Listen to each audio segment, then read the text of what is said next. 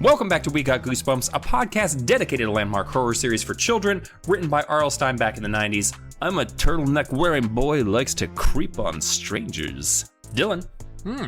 And I'm your squeaky-bald ghost tour guide, Travis. Right this way, folks. Come on in. We got ghosts in here.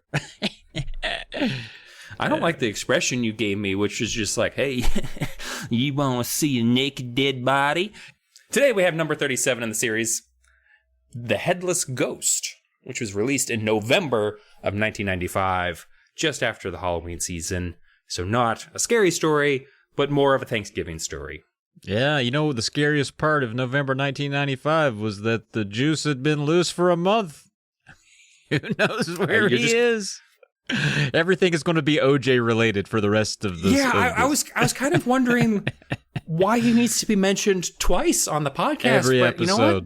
It is a 90s themed podcast. I mean, a month out, he's more dangerous than he was last month when he was fresh out. You know what I mean? He's on the prowl. I mean, we know for a fact. Actually, we don't know for a fact. He might have killed thousands more since he was released. You never know. He's probably still doing it, even though he's dead. As a ghost. What if he's a headless ghost? Remember, like 10 years ago, when he and Casey Anthony were seen at a bar together? It wasn't even 10 years ago. I think it was like 5 years ago. He and Casey Anthony were seen at a bar together. People were like, what the fuck is happening? I know, man. I wanted them to get one of those like celebrity fights, although it would have given them more attention than I wanted them to have. But I do want to see them, maul each other. It's too late now. It is too late. It's too late now. But I don't know why I said that in a sad way. He's dead. Okay, let's move on. Why are we talking about... I don't know. The two shittiest people from the last 20... They're not the shittiest people. That's the sad thing. They're not even close to being the shitty... They're shitty. Let's move on. Shitty. Did you read this book when you were a kid? No, no, I didn't. Oh, good. I didn't. I did read it this week, though. So, got that going for me. I'm glad you... Wow. Yeah. Okay. So what about you? I did not actually read this one. Specifically, honestly, like avoided it or like just missed it? Well, we'll get to it when we talk about the cover, I feel like. But Ghost is like some kind of fancy boy. He's like, so who fancy. cares? Like, he's this fancy lad. He doesn't look scary. As a poor growing up, I was pretty happy this kid was dead. I was like, take that. Exactly. This is the kind of kid that would have hunted us for sport in the woods. Like, this is not good. Now, as an adult, looking back, I regret having those feelings. I feel like, every, life's precious and all that. But No. Viva Revolution. Let's go. So, for kids living. I don't know. It's a good Headless Ghost, but I don't, even as a kid, I don't think I found ghosts that scary. Really? They're just... ghosts usually don't do shit, especially in kids' books. Most of the time, ghosts in books are just like, I'm scary. I will say I agree with you. I broke some shit. I think ghosts are tough to write. I think they're kind of fun in like random found footage clips I find on, YouTubes. They're fun to think about when I'm alone by myself in a haunted house, but when I'm reading about them, I don't give a shit. It's all about seeing them or not seeing them that gets you. Pam and I, we like to listen to audiobooks when we're on road trips, and we've been listening to Hell House by Richard Matheson. Mm-hmm. That's a haunted house story that is wild because those ghosts are horny and they're constantly making people do terrible things. One of our favorite parts in the book is this woman is with her husband who has impotency issues due to polio. This book's from the 70s. And she is aggressively attacking him sexually and yelling, "Make it hurt, goddammit!" And it's a great book. I don't know if it's a good book in that, it's a lot of fun. It's a great ghost story. But so I would recommend that as a ghost story. Yes, a little different from this one. No possessions, and no fucking. That I remember. That we see. Well, before we get to the cover, though, Otto and that old broad definitely going. Oh, Edna? Yeah. Oh, yeah. Yeah, they were. Edna and Otto were definitely married, right?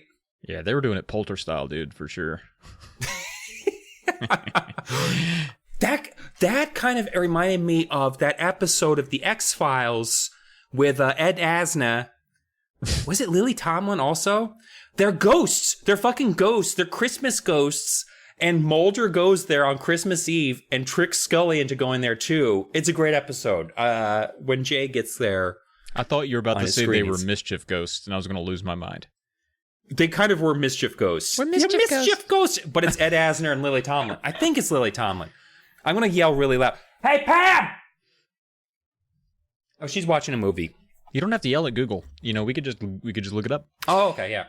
Well, while you're doing that, we do have some messages from some listeners that we wanted to share. We got one through the text the show thingy, which you can do. If you scroll down to the show notes there, you'll see a thing that says, send us a text, and you can. It's anonymous. We got one from an anonymous Ohioan, which is the best kind of Ohioan, if you ask me. And they say, hey, wow. I know I'm late this season, but I'm enjoying the hell out of the latest batch of We Got Goosebumps. So thank you for that. We appreciate that you like it. That's awesome. This latest batch has also been one of my favorite batches, so that's cool, man. And just so you know, like that, if you do submit reviews to the Buzz Sprout, it gets to us. It does. Personally. It just showed up in my email inbox the other day. I was just like, holy shit, Travis, how'd they find me? And then I realized it came from Buzzsprout. They will get you. And also, Lily Tomlin was in that episode. So it was Lily Tomlin and Ed Asner terrifying Mulder and Scully for an hour. It's a great Christmas episode. I'm so happy that we got to the bottom of that. Thank you very much. You're welcome. All right. Then we got one more here. This one is from our good pal, Retrolsis, who is a fan of some other network shows around here, so we appreciate your listenership there. He says, a while ago... Oh, and he's also clarifying they're clarifying an earlier email they sent to us to... Oh, that's right. To explain the beginning paragraph. That's right. I think we gave some pushback on being the third favorite, but they clarify... A while ago, after listening to the previous seasons, but before this one, I said that We Got Goosebumps was becoming my third favorite Goosebumps podcast. To clear up the ambiguity, what I should have said was that I had a favorite, then I had a new favorite, and now you guys are my current favorite, but the third to hold that title. So we are the third favorite, but the current champion of Rotralsis' heart. I do appreciate this clarification. It does feel better. And then after that, they say, and after episode 34, and the joke about goose milfs, which sounds like something Dylan would say, I can't imagine any other show. That sounds like a more you joke. What? Because I don't like children that much, so I'm not a big MILF guy, to be honest with you. Okay. Well, that's interesting. That's an interesting angle. Because I don't like fucking people and not having a relationship with them. So I'm not like a love them and leave them kind of guy. So like I stay away from MILFs because I don't want to have the parental responsibility. Also, I'm with someone too. To clarify, also that's also why I'm not dating MILFs. I would also like to clarify that I don't like kids and goose MILFs in the same way. I just want to be clear about that. That's two different ways that I meant raising children as the children of the MILF. Like you're dating someone, you should probably contribute to the raising of the offspring. It shouldn't be MILFs. Right? MILFs. With a V? Yeah. Anyway, like they say the joke about the goose MILFs, I can't imagine any other show actually being better. I mean, can you? Can you imagine any joke better than that? I don't think it can be done. Keep up the incredible work.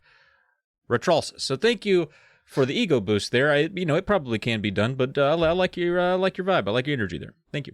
I do also hope that they appreciate the fact that we went on a lengthy, pointless tangent in the middle of their email, as if it was the show itself. So it's kind of like giving them a taste of what it's like to be on the show. Yeah, it is true. But yeah, you don't have to look so sad all the time. It's just my disposition on life. But no, I'm very happy for those emails. Thank you. Keep them coming. Thank you very much. Those are great. Dylan, I'm excited for some cover action because we got some new areas of the world involved tonight. Yeah, I was excited because we lost the UK, which good riddance. And we seem to be losing a couple of the other old standards too. Like the Dutch we haven't seen the Dutch in ages. Yeah, the Dutch they've been kind of falling in line with the Jacobus, which, there's no harm in that, but sometimes I like it when the Dutch get a little weird. And, they kind of do today. But let's start with Jacobus. Or a little Weedo. Nah, that's our buddy. Let's start with Jacobus. We got a dapper young lad walking down a dusty old spiderweb-ridden staircase. Still with the 90s haircut. 90s? Oh, yeah. Dude, he's got the part down the middle, sort of the long bangs. This kid was definitely played by the JTT. Or Jonathan Taylor Thomas for the kids who aren't bound on the Tiger Beat lingo. Yeah. I do like the tagline here, major headache, and it's a ghost holding their own head. Cool-looking ghost. I mean, the ghostliness of it is well rendered. Cool. Yeah. It's great. Yeah, and as always, I love the way Jacobus does lighting. Just love it. Just specifically a mid-90s look and feel. I'm into that. I feel like ghosts are kind of a hard thing to do well, also, like to draw well, just because like doing the transparency and like, but he does a good enough. Mm-hmm. Like he's got it see through enough in the right spots, and also has the hard lines where you can see the face and all that stuff. It does pretty good. It's very nicely done. It's just ghosts. Yeah, I feel like the pose or whatever image that we got on the cover could have been spookier. This looks too polite. This looks too nice. It doesn't evoke much from me. When I see this, I go, oh, I get it. There's a ghost without a head. There's like no mystery. I can kind of fill in some blanks on my own. Even though the book's got its own surprises, I don't know. It doesn't lure me in too much. I don't know if you remember when we read the Mischief Gnomes book. Mischief Gnomes. The Scholastic came back on Jacobus and said, hey, that Mischief Gnome, he's picking his nose. We can't have that on the cover of a children. That's obscene. You might as well have him fisting his own mother on the cover. Get that nose picker off of there. So I feel like Jacobus... You take that back about a goose milk. I feel like Jacobus is working under some insane constraints. So I feel like maybe we need to cut him some credit, like more slack with like, yeah, it's not very gruesome. Because if he had done anything even remotely off color with it, they would have been like, nah, I think that's some bloody stains on the front of that doublet. I love the fraying on the glove, on the sleeve in the neck too, where it just... Oh yeah, that is cool. The clothes look torn. And I heard a thing that might maybe fix some of our opinions about Jacobus his covers, is that apparently he was commissioned to paint a number of these based on the title alone, and then R.L. Stine was contractually obligated to try to fit in as much from the cover as he could into the story so that they would go together.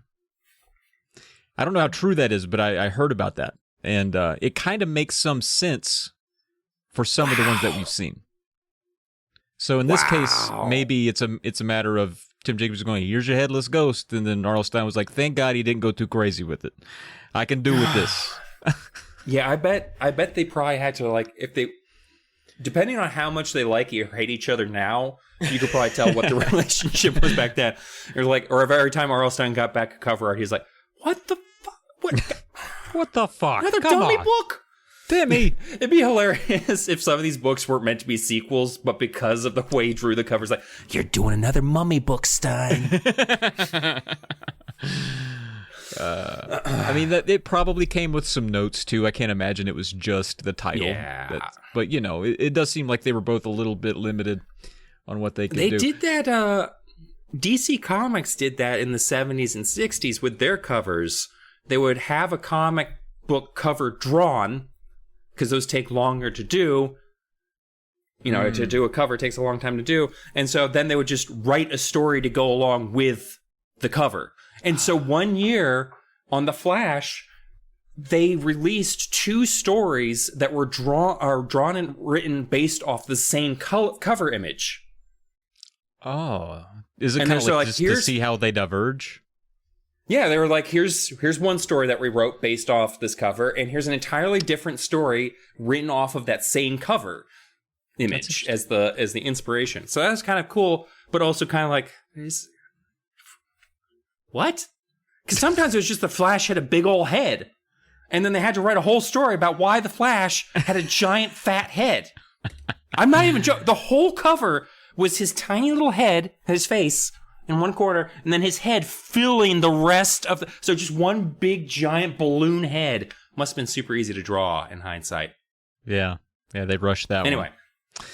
One. Let's move on to Brandon Dorman, circa 2018, and the re-releases. Whoa, the fuck is this? I don't think I've liked anything less from Brandon Dorman. I don't know what this is. Like he's skating down the banister rail. There's no head. It is a headless ghost.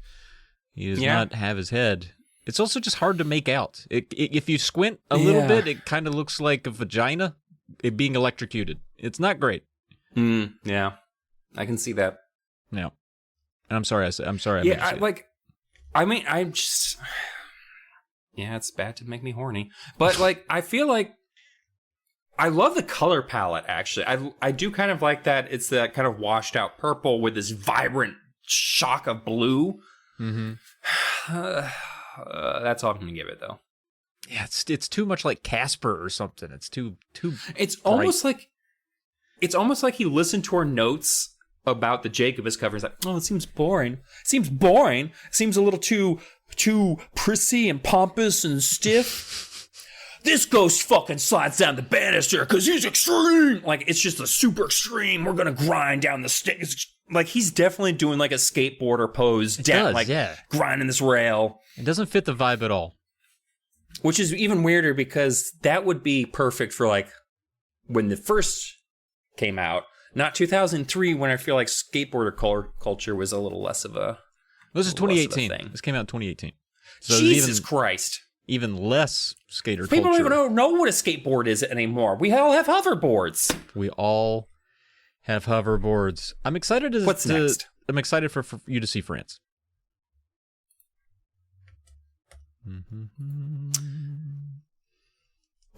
I was confused because I was like, we've seen this before. And I think that's because the Google Wiki or the Wikia fucked us over at one point.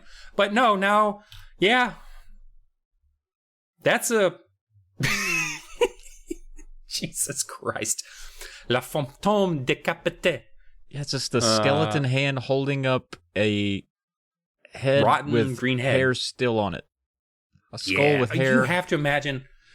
Can you hear the sound of that hair just slowly peeling off that scalp, just like from holding? Just It's bizarre. It's spooky. It is spooky. It is terrifying.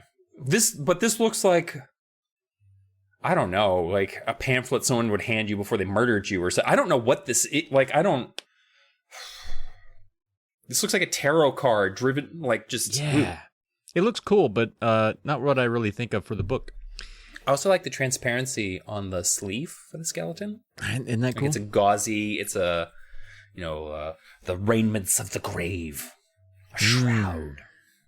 And then we got the Dutch, and they're back. They got some white kids walking out of a house. No ghosts. Well, that one kid looks real witchy. I don't know what's going on with that one kid. I think she's just in the background. I think it's a lighting mismatch. Hit her house. The house looks cool. The lightning looks cool. It's actually also, it looks cool. Do you get the feeling that's not called the Headless Ghost either? Because it's called Het Horror Huis. Huis. Het Horror Huis. I don't know what that means. Hold on, let me get out the translate. Yeah, it just means the horror house. That's why there's no Headless Ghost on the cover. Cover? Interesting. Sorry, I was reading the Dutch word for goosebumps, which is kippenvel. Yeah, I always think of Evel Knievel when I see that. Yeah, it's a good looking house. It just, I need more Headless Ghosts. I need a ghost in there somewhere, and I don't see one at all.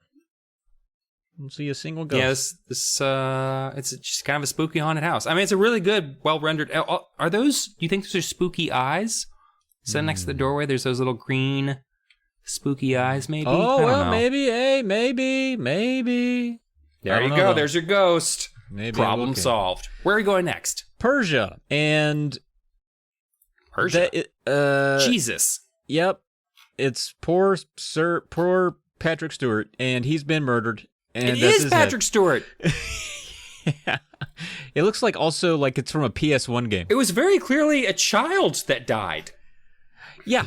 Yeah, this is clearly a 46-year-old Patrick Stewart, and he's dead in Persia near a candle. Just headless. It's a head. It's a head. It's just a decapitated head. It goes hard. I wouldn't believe this is a children's book if I saw it in a store. I'm reading covers again. Oh, you're translating? Well, unfortunately, well, the problem is I don't know enough about Arabic or language to know how to look this up. Ah. I assume if I do it in just Arabic, it'll give me the correct thing. Because I was getting something, but then it was just like, I don't know what that's a real word anymore. Ghost be sir? Left ghost. Ghost of be sir.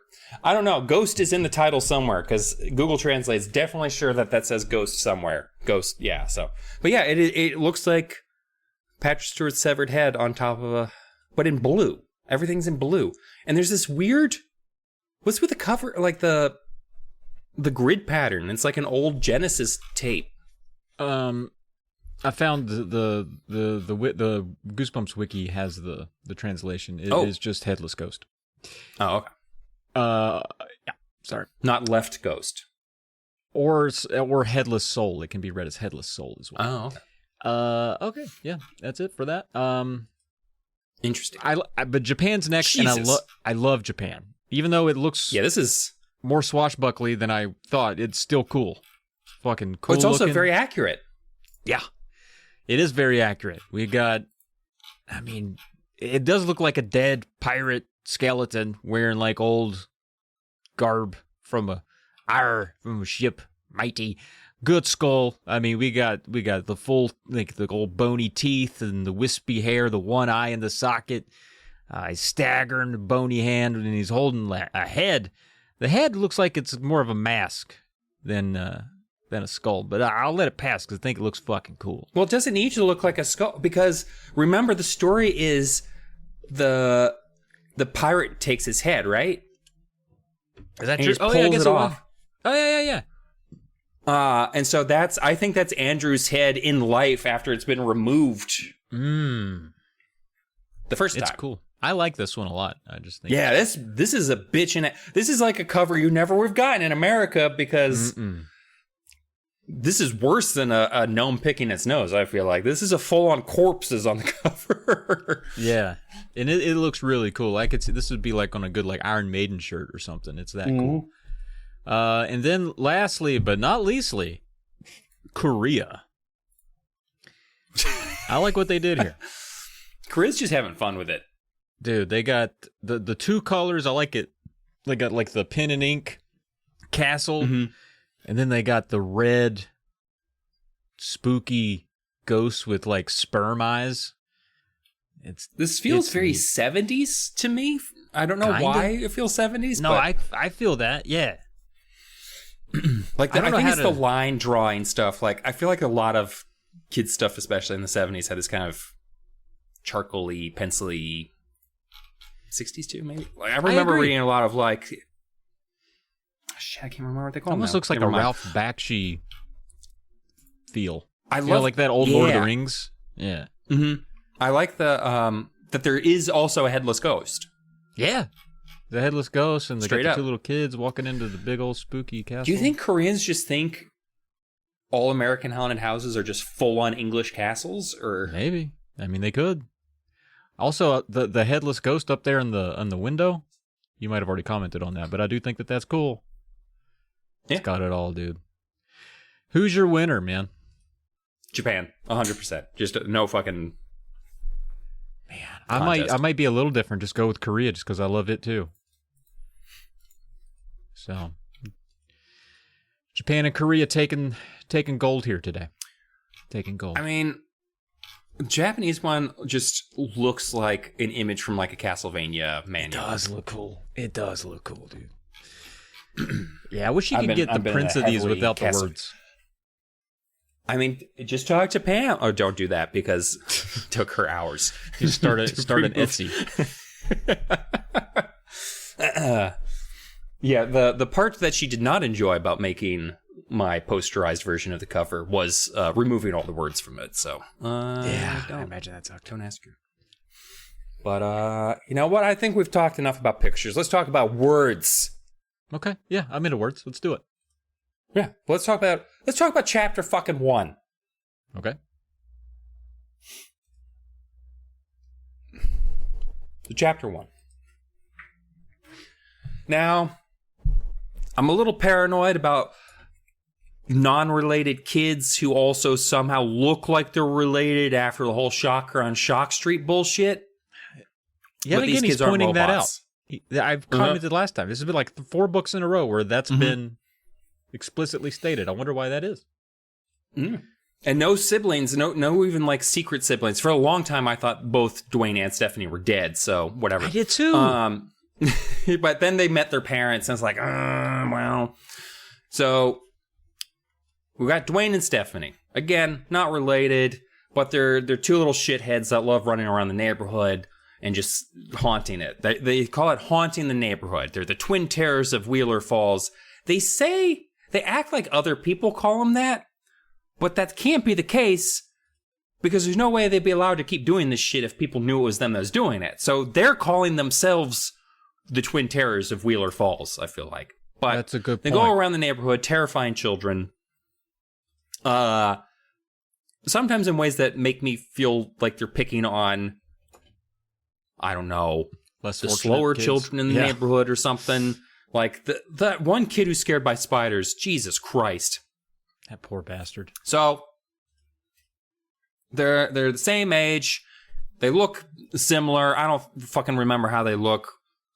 Use your fucking brains, imaginations. Make them look like how you look in your head, and then it's great. They're brown-haired with brown eyes, and they're just brown. They're all over brown. They wear brown clothes. Yeah. That's what they look like. So, last Halloween, Duane is wicked excited to show off his Grim Reaper costume. It's pretty spookalicious. It looks like the Grim Reaper, as it should. Stephanie's known for clever costumes. I was a little disappointed by the example of a cool costume that she did, which apparently was just a giant head of iceberg lettuce last year. Like, you blow a whole Halloween of trick. Like, it's not like nowadays when you're an adult and you might be going a couple of Halloween shindigs, so you get to crack out a couple costumes. You don't need to blow your costume load in one evening. But like kids, they only had the one time. Yeah, really. It's trick or treat time. Maybe they do something at the school. You wear a different costume. I notice little girls really like to play dress up, though. They get into that a lot. Guys, not so much, lettuce? Though. It really is just lettuce. Lettuce. No one's dressing up as lettuce for fun. I had a jumpsuit that was like the Ghostbusters jumpsuit. I ran around with that fucking thing underneath my clothes all the time, even to the point where it was not fitting anymore. Like, the sleeves came to like mid forearm. The pant legs rode up to just below my kneecap. I was just like, I'm a real Ghostbuster. And it's like, Dylan, you're 15. You can't wear that anymore. Adorable. I'm just kidding. I wasn't 15 when I wore that last. Sure. Too old. I believe you. Anyway, Duane's waiting outside her house. He wants to start trick-or-treating. He's excited, doesn't know what she's going to be. But then all of a sudden, I wonder what it is. He's waiting outside his best friend's house to see her Halloween costume. I wonder what it is. Suddenly he's attacked by a huge hairy creature that chews off his head. I don't know why we're going so New York this time. Oh, it's because I've been watching so much Brooklyn Nine-Nine. That's why. I'm sorry. We're going to super fucking New York this time. Bum, bum, bum. Bum, bum, bum. Now, this monster that pounced on Duane, which, by the way, love a good Duane. Haven't met a Duane in a while. I could do with more Duanes. Anyway, Duane, this isn't real. This is Stephanie in disguise. Yeah. She's dressed as a bristly black cat described as having glowing fangs. oozing ears. There's globs of yellow goo pouring from its hairy ears. I mean, cats and dogs all the time with the gross ears shit. That's true. And claws, of course. And Duane recognizes that it is her because he spots her Mickey Mouse watch on the wrist. And he's like, all right. Clearly not a monster. I'm going to call bullshit. Why would someone dressed as a black cat keep on a Mickey Mouse watch? That's stupid. No spackle there, folks. That's just stupid. And then Stephanie, she's got the costume on. Duane, he's like, oh, Stephanie. But there's a whole thing. This is another theme that's been happening a lot lately, is where the kids are scaring each other, but they don't want to admit to the other one that they are scared. And I'm getting a little bit over that trope, but it persists through this book. So he's like, oh, you didn't scare me, and whatever. Anyway, Stephanie, she uses the costume that she's wearing, scares some trick-or-treaters. They scream, drop their candy bags. She snatches it up, which is kind of a robbery. They are the Twin Terrors, I guess. And then the two laugh together, and Stephanie's laugh is described as like a tickled chicken, which I don't know if I could even mimic. I don't know. That's well, I feel like you have to first start off with the chicken noise, and then you have to go into a tickled chicken. So you do that. There it is. Thank you. I was glad I was able to do it so poorly that you would do it right. Thank you. That worked out perfect. I assumed one of us would at least give it the old college try. You barely tried. You did it enough to get me to do it. I get it. Yeah. So they agree. It's even more fun to scare kids than to collect the candy. We just like the screams of children. And of course, this is the moment that the Twin Terrors tradition. And they haunt the neighborhood regularly at night. Doesn't even have to be Halloween. They just pull off scary pranks all the time. But there is one house in this neighborhood, Wheeling Falls, I think, or something. I can't remember. Wheeler Falls. There's one house that is off limits, and it's the Old Stone Hill House on the next block over. Old Stone Hill House. In Korea, it looks like a castle. And the kids are convinced that Hill House is truly haunted. And Duane teases that they know it's haunted because that's where they met the Headless Ghost. All right? Bum, bum, bum. Maybe we'll meet the Headless Ghost at some point. Bum, bum. I like the next part because I feel like R.L. Stine is definitely throwing some horror Easter eggs in here because he said Duane's telling us about Hill House. It's the only tourist attraction in Wheeler Falls. It's known, like, all kinds of books and ghost stories talk about it. So I feel like it's like a little wink and a nudge to things like Haunting of Hill House. Right. Which is obviously one of the most famous haunted house stories. That's a really good haunt. I've read that one. It's real good. It's by Shirley Jackson. And it's a good one because it's like the house acts on the people rather than it being like, oh, I'm a spooky little ghost. Right. Ooh. Yeah. Is that the one that had the movie in like 2000 with Owen Wilson in it? Wasn't there like a remake of it? I'm assuming there's a lot. I think the most recent one was the Netflix show by Mike Flanagan, The Haunting of Hill House on Netflix, which is absolutely nothing like the book. That doesn't mean it's not good or bad or whatever. I'm just saying it's not. Yeah. But yeah, I think The Haunting of Hill House is a couple people have taken a couple whacks at it. And then there's the House on Haunted Hill. I get that confused. Is that with Vincent Price? The house. Yeah, I think the House on Haunted Hill. That's House on Haunted Hill is the one where the guy's tricking people to come to his place and he might be murdering them. A little house murder. All right. Yeah. I don't know if that's also Hill House because it's House on Haunted Hill, but I don't know if it's Hill House because it's on that.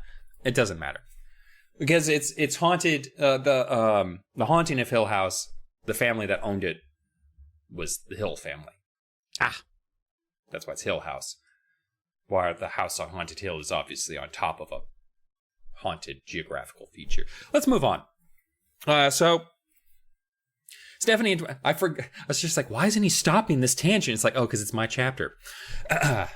So Stephanie and Duane love the Hill House tour. Their favorite tour guide is Otto. It's funny because they talk about Otto as if he's just an employee of the place, but I think it's pretty clear that later that Otto and Edna own Hill House. Because when he's talking to his nephew, he's like, fucking, you ruined my business. That seems like something that less of an employee would say. And also, why would he be haunting the house at the end of it? Spoilers. Anyway, moving on. But he loves Otto. He's scary and bald, and he's got a big old booming voice. He sounds like the kind of guy who's just like, and then you put your hand in the eyeballs, and it's actually eyeballs. And he likes to use the jump scares. He's like, oh my god, there's a ghost. And then people are like, oh my god, I believe in ghosts now. And they've taken the tour multiple times. They don't even have to pay anymore, which seems weird. They're just like, we come by so often they don't even charge us anymore.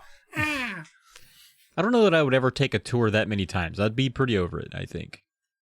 Yeah, especially when I was 12. Especially when they're reciting the same things over and over, I would be so sick of it. Even if I loved Otto, I'd be like, can we fast forward this, bud? Yeah. But, so the main story, and this I feel like is also like a nod to the Edgar Allan Poe, Annabelle Lee. I mean, could also be, whatever, it doesn't matter. So, this young sea captain, he builds a house for his new wife, and he's like, hey, you stay here, I'm going to go out to sea. You wait for me. And she's like, all right. But guess what? That motherfucker dies. So then he comes back as a ghost looking for his wife that's not there anymore. He's like, Annabelle. Hey, Annabelle, where the fuck are you? I thought you loved me. Hey, hey, hey. But then, sometime after that, in the intervening years between when the story is being told currently and when the young sea captain dies and has resided in the house as a ghost, a new family moves in, the Craw family. And they have a shithead of a son named Andrew Craw of Hill House. So, he's a piece of shit. They say he throws a cat from a window. And he's sad because it survived. But then he finds a strange room in the house with this glowing lantern. I don't understand how anyone knows this part because the only person who witnessed it is fucking dead. Well, whatever. But then, in this room with the glowing lantern, he sees the sea captain ghost. And he looks pretty scary, like at the cover of a Japanese scary book. And the ghost is like, hey, you seen me now. Now you can't go. So I'm going to take your head. And so it just lifts his head off. Oh, sorry, no. First, the ghost puts his hands on Andrew's head, and then, bum, bum, bum, that's how the chapter 3 ends. Chapter 3 of the book, The Headless Ghost. Don't know what happens to Andrew's head. Yeah, bum, yeah. bum, bum. Jury's out on the head. Nope, the old ghost of the old sea captain pulled off Andrew's head, yanked it clean off, and it probably made one of those cool little noises, like a champagne bottle, popped it right off, and you think that's bad enough, removing the head off a fella. Then he hides it. He hides it so that just in case he becomes a ghost, because I don't know, maybe ghosts are pretty sure when other people are going to become ghosts, but I don't really know the ghost rules. But he went ahead and hid it so that even when he's a ghost, he can't find his own head. Well, I'm glad that you asked. Oh God, I'm going to move on. Afterward, the captain's ghost gave one last howl of Annabelle, and then poof, vanished forever because he got what he wanted. Head from a boy. I find that very strange. It's okay, I'll cut that out. And apparently all that he needed to do... What did you say? I said he disappeared because he got what he wanted. Head from a boy. That's what I said there. I'm sorry about it. Now you've got to cut it out twice. Yep, thank you. Fuck. Why was that what banished his ghost? He's like, I killed a child. I feel so guilty. Like, is that what happened? Great question. Don't know. Where's the spackler tonight? I don't know. He's gone. Okay. Well, the hill. Okay. So, yep, the ghost he vanished forever. He took off that child's head and then said, "All right, peace out. That's pretty good haunting. You know, I'd probably retire on that one." And so he leaves. But now Hill House is haunted by another ghost, and this one doesn't have a head. It's Andrew, and he's haunting it there without a head. And every night, Andrew is out there searching for his head, which I don't know how you're searching for a head without a head. I mean, you're just walking around feeling around, I guess. I don't know. And he's walking around. I mean, he looks everywhere. I mean, he's been in there for hundreds of years, just running around trying to find this goddamn head. And the tour guide, old Otto, he claims the footsteps of Andrew, they're looking for his head. You can still hear those footsteps, you know, the pitter-patter of a headless boy's footsteps searching around the house for his head. Now, each room, according to the tour here, each room of the house has its own terrifying story attached to it. And Otto he really puts it on, man. He hams it up for the people. He puts the spooky to it. Apparently, his partner Edna's even better. Of course, we don't get to go on tour with her, but Otto does pretty good. And it's so convincing that Duane and Stephanie end up believing all these legends, which is why they take the tour so often. They love this shit. They've explored Hill House, at least, hundreds of times. They think it's a good time. But then I think it's starting to wear on them, as we were talking about earlier, like, whew, I get bored of it. Well, I think they are too. Stephanie comes up with a bright idea. She wants to make this experience with Hill House more than just a tour, more than just a spooky attraction. She wants to get it a little more frightening, huh? Bum, bum, bum. So Stephanie's starting to get bored with their normal neighborhood scares. They're doing their tours of the neighborhood, going around all the houses, terrifying people, making the spooky sounds, whatever. They're on their last stop for the night, which makes this sound psychotic. The way that they've approached this to the point of like, all right, last stop, Ben Fuller. He's apparently terrified of bugs. They like throwing rubber spiders through his open window onto him, which scares the shit out of him every single time, which concerns me. You'd think, at one point he'd be like, someone's just throwing rubber spiders on me. I should close my window. But I wonder, like, do sometimes they throw real spiders in there and mix it up? You know, that would be all it took if 4% of the time they're real. Then you're reacting hysterically every time. I mean, if he likes sleeping with the window open too, like a psychopath. Yeah. I don't want to say you're asking for it. I don't want to go that far. I don't want to blame the victim here, but I'm just saying. I wasn't even going that direction. I'm just kind of saying he's probably used to bugs being on him. That's what I'm saying. You're inviting bugs into the home at that point. That's what I should have said. I'm very sorry. Thank you so much. Yes. Just asking for it. I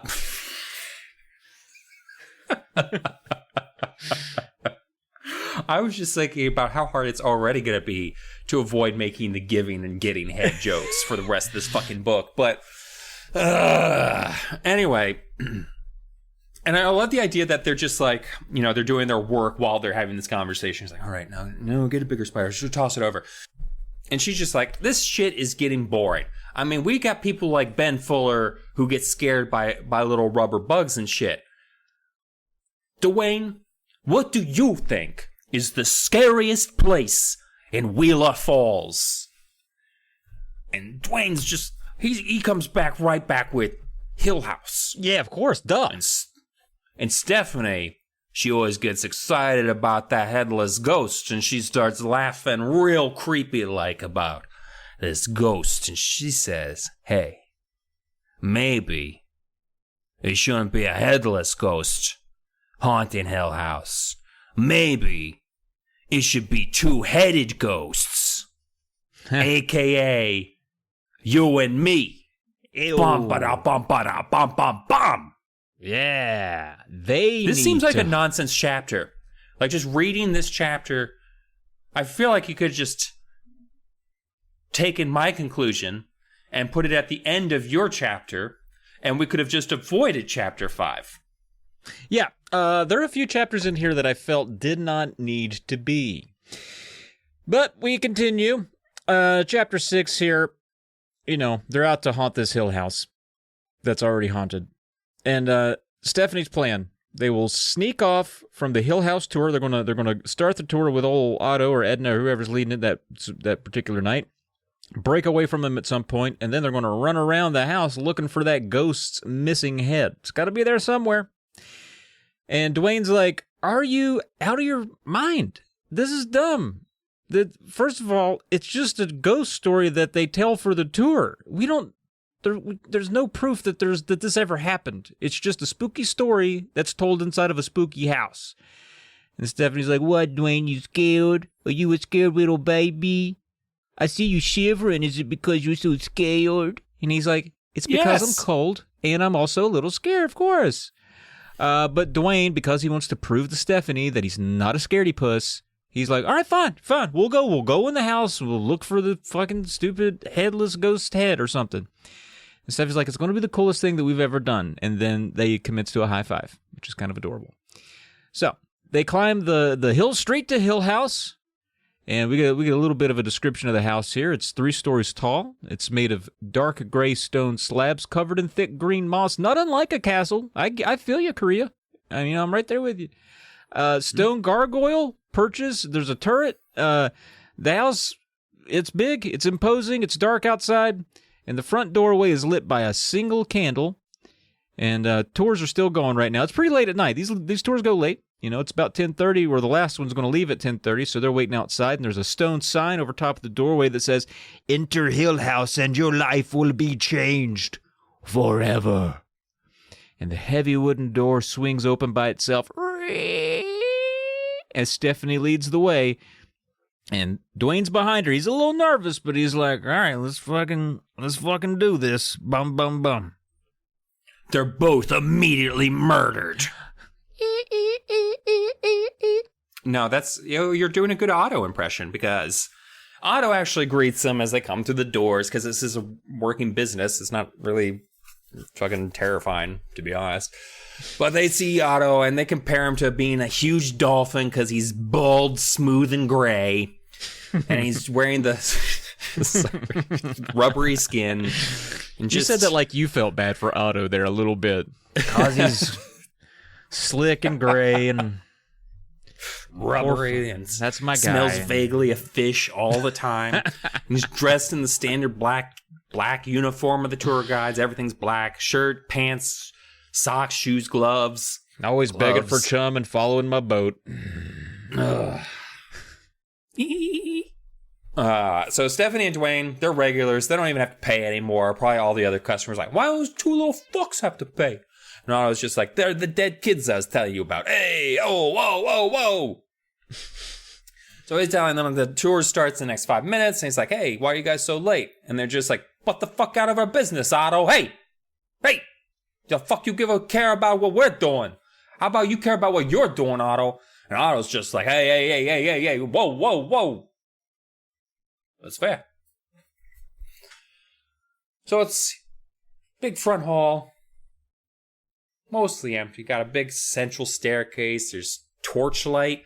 I feel like people don't know when this house was built. Torchlight? I know, man. Where it goes in the candles, United States? Torchlight. There's power at some point, I think. It's wild. A winding central staircase? What is this? And Stephanie and Duane notice that they're the only kids. It's mostly teenagers. It is October, so this is probably their busy season, though. That's true. And Otto lights a lantern. He's just like, he booms out his dramatic introduction. Welcome to Hill House. We hope you will survive your tour tonight.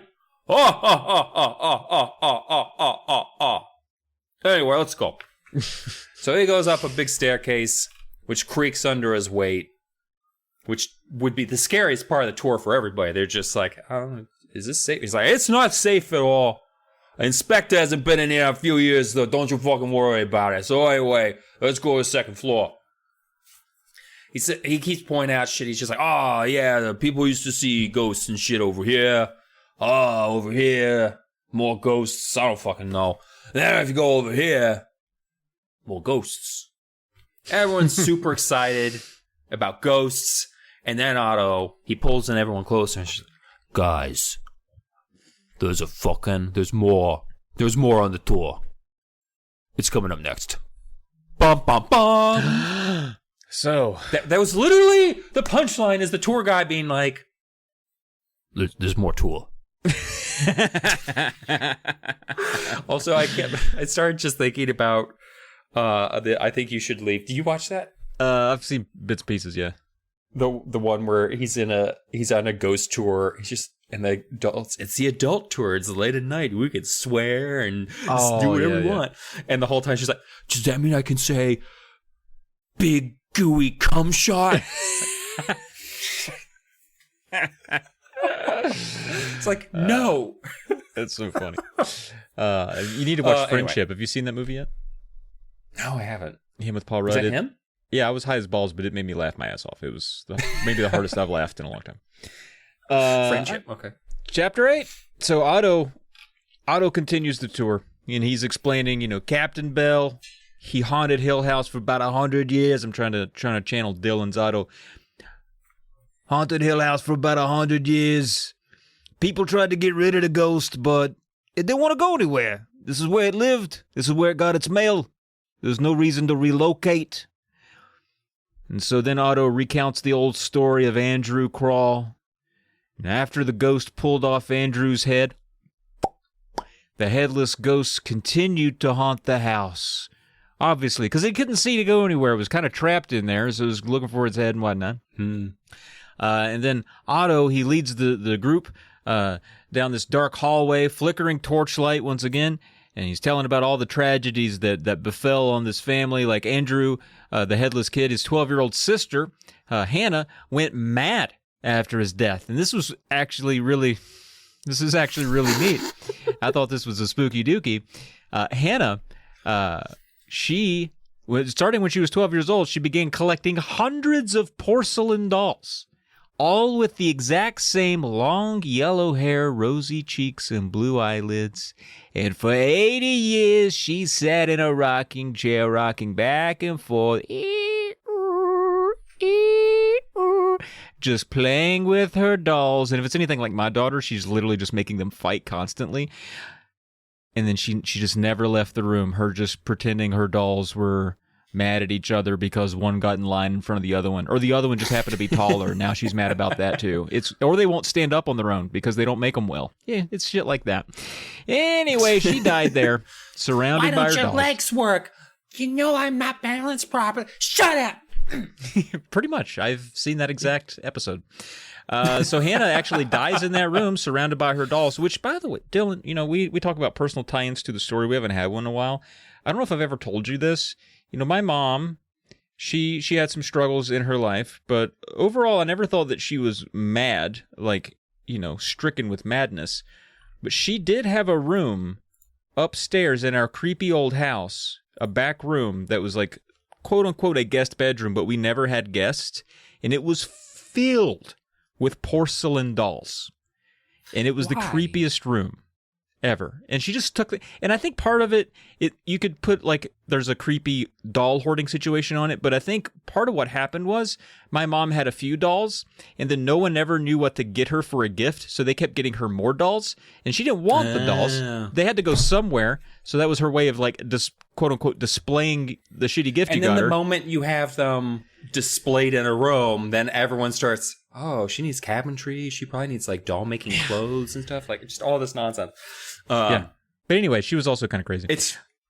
It's funny because my dad's grandmother, my great-grandmother, had also a guest room filled with creepy porcelain dolls that my dad would have to spend the night in when he stayed with her. Yeah. And he would just have them staring at him, glinting, some of them with their little teeth. Yeah, it's crazy. He does not like dolls to this day. Well, I never did, and not mostly because I find I have no interest in them, but they are also occasionally creepy. Now, also, older Southern women need to find another fucking hobby, apparently. Yeah. Otto then tells the story of Hannah and Andrew's mother, who died just falling down the stairs soon after Andrew's head popped off. Which, they never really talk about the family reacting to finding Andrew's headless body. I think we are finding out their reaction. Sure, but did they ever look for the head themselves? Or are they like, where did it go? That's probably how his mother died. We only have dipshits story about what happened with looking for the head. We never get the ghosts actual. Yeah. Once Captain Drachma shows up, though. Oh, it's all over now. But, his mom died because she fell down the stairs probably looking for his head. And then, looking for head. There it is. GooseMilfs.com. Stephanie and Duane, they've been through this. They know Otto's moves up and down, dude. Otto, he's going through this. He's softening his voice. He's adding texture to it. All the other people who've never seen this before are getting into it. Stephanie and Duane can almost say it for him. But tonight, they're focused a little bit more on sneaking away for this adventure. And as they're preparing to, they're looking for their opportunity to jet, Duane, he notices a strange boy watching them intently as part of the group. Just this strange boy. He's got wavy blonde hair, pale skin, black jeans, and a black turtleneck, which makes him look either ghostly or just slightly emo, gothic, He could just be, a really big fan of Marilyn Manson. You don't know.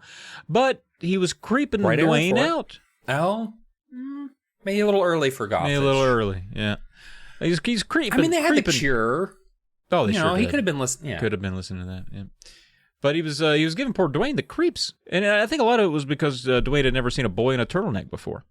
But then Duane tells Stephanie, he's like, "We should wait a minute because someone's watching. There's a creepy boy over there who." Now, Stephanie, don't judge me for this, but I think he might be the ghost in our book. So chill out, just be cool. So she's like, "All right, gotcha." So they press on a little bit, waiting for the rest of the tour to get out of the way, and then Otto moves down the stairs, and the tour follows, and then finally, now that they're alone, big dark hall, Duane's like, "All right, here's our chance. What are we doing?" Bum, bum, bum. Whew, man, I wonder what's going to happen. So Stephanie's just like, "Hey, we should go explore." Yeah. Duane's just like, "No, but I'm scared." And Stephanie's like, "But we should explore because that's the whole fucking point of the book." That was the point of the book, Duane. And Duane's just like, "Fine, let's do it." So they enter into the green room, which has vine patterned wallpaper, which they've personally nicknamed the Scratching Room, which, to be honest, seems pretty fucking lame as a nickname. But Otto's told them the story, or he tells all these tour groups. He's not like close personal friends with these two children. That's weird. But someone stayed in the room once, woke up covered in a purple rash, and no one ever figured out what caused it. Bedbugs? So, honestly, not very scary nowadays. But if I had heard about that at the time, like that happened like yesterday, and they're like, "Do you want to come to this house?" I'm like, "Fuck no. That's the scariest thing I've ever heard. There's some sort of biological terrorism going on inside of that house." Absolutely not. That's far more terrifying to me. A black mold situation, burn that house to the ground. Yep. But Stephanie checks under the bed for a ghost head. Duane's checking the dresser, and then, holy shit, Stephanie is scratching herself. She's super itchy, and Duane's just like, "Oh my god, she got the rash," and Stephanie didn't get the rash, and Duane's just like, "You're stupid," and Stephanie's like, "You're stupid."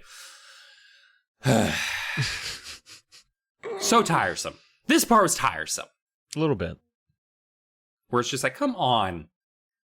This doesn't even fit the facts of what happened before. They fell asleep in the room overnight, woke up with a purple rash. She doesn't even have purple on her. Oh my god. So anyway, Stephanie, she's just like, "Oh, Duane, behind you, big eyes." And he's like, "Shut the fuck up." And she's like, "No, I see it. The ghost's head." Bum, bum, bum. Oh my god, the ghost's head already? It's only chapter 10. Duane falls for her, dude. It's a prank. It's actually just a clump of dust. That's how dumb Duane is. Or is that how dumb Stephanie is for thinking Duane would know what that was? Anyway, he reacts like, "Oh, what?" And then she teases him. She's like, "Ha ha, you pussy, you're too easy to scare. You're too easy to scare." And he's super embarrassed. And he's like, "I want to go back to the tour. Otto would never make fun of me like this, Stephanie." And they resolve that after a while, because Duane's clearly upset. And Stephanie's like, "Come on, let's keep exploring. I promise I won't prank you again." And of course, she has her fingers crossed behind her back. And Duane sees it, but he's like, let's just move on. And so then they sneak into Andrew Crawl's room. Oh, where'd Dylan go? Dylan! I'm still here. Oh, and then they sneak into Andrew Crawl's room, the little headless boy there that's not a boy anymore. He's dead. And it's still filled with his toys and games and furniture from 100 years ago.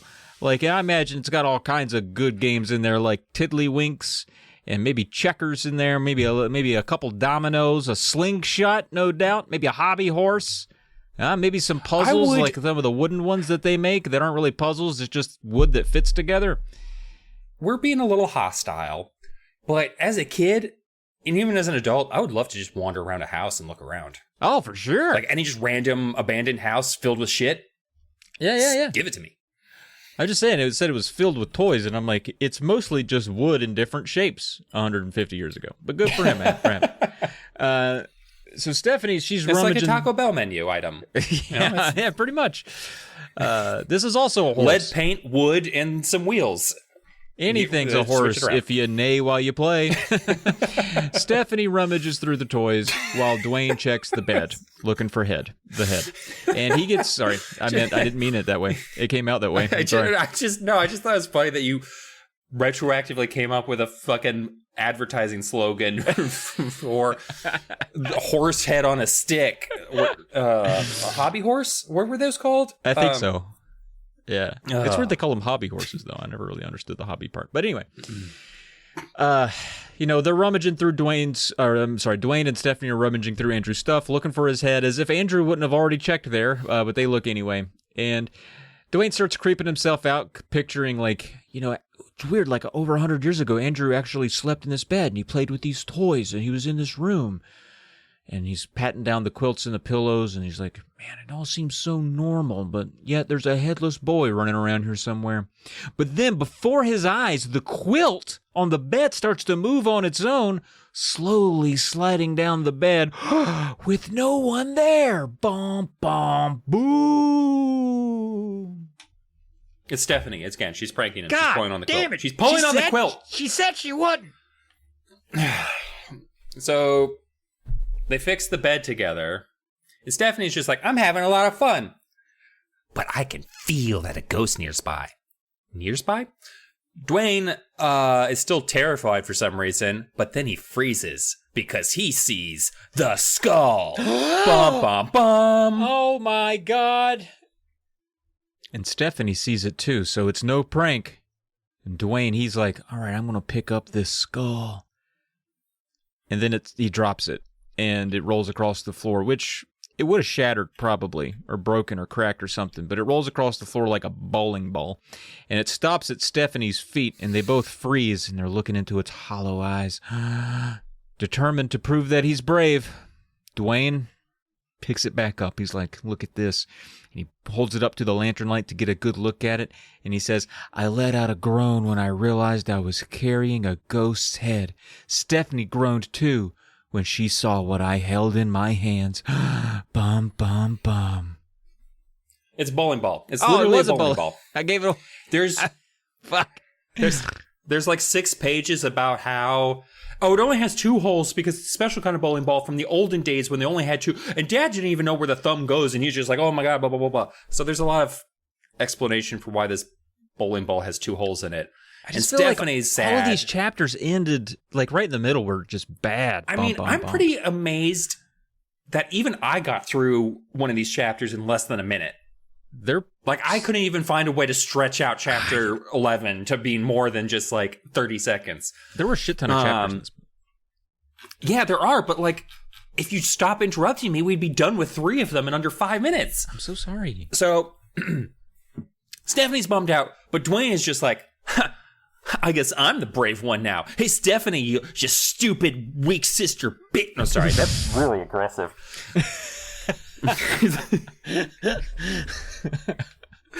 Duane's just like, Stephanie, you chicken. You know what would be great instead of rejoining the tour? We should go onto the top floor. And Stephanie's like, okay. Bum, bum, bum. Yeah, the top floor where everything Duane's so cool fucking stupid. He basically just did exactly what she wanted. Every time. Just because he wants to prove to her, I mean, maybe between the lines here, he's got a bit of a crush and he wants to be tough for her. Maybe it's just the natural instinct of a young boy. They're brother and sister, aren't they? No, I think that was specifically said they were not. Duane and Stephanie, the self-dubbed twin terrors.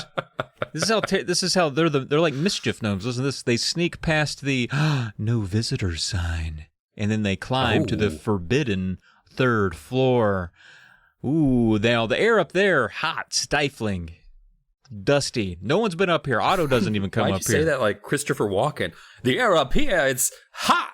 It's hot, stifling. A couple of thick kids. These thick kids. What was that from?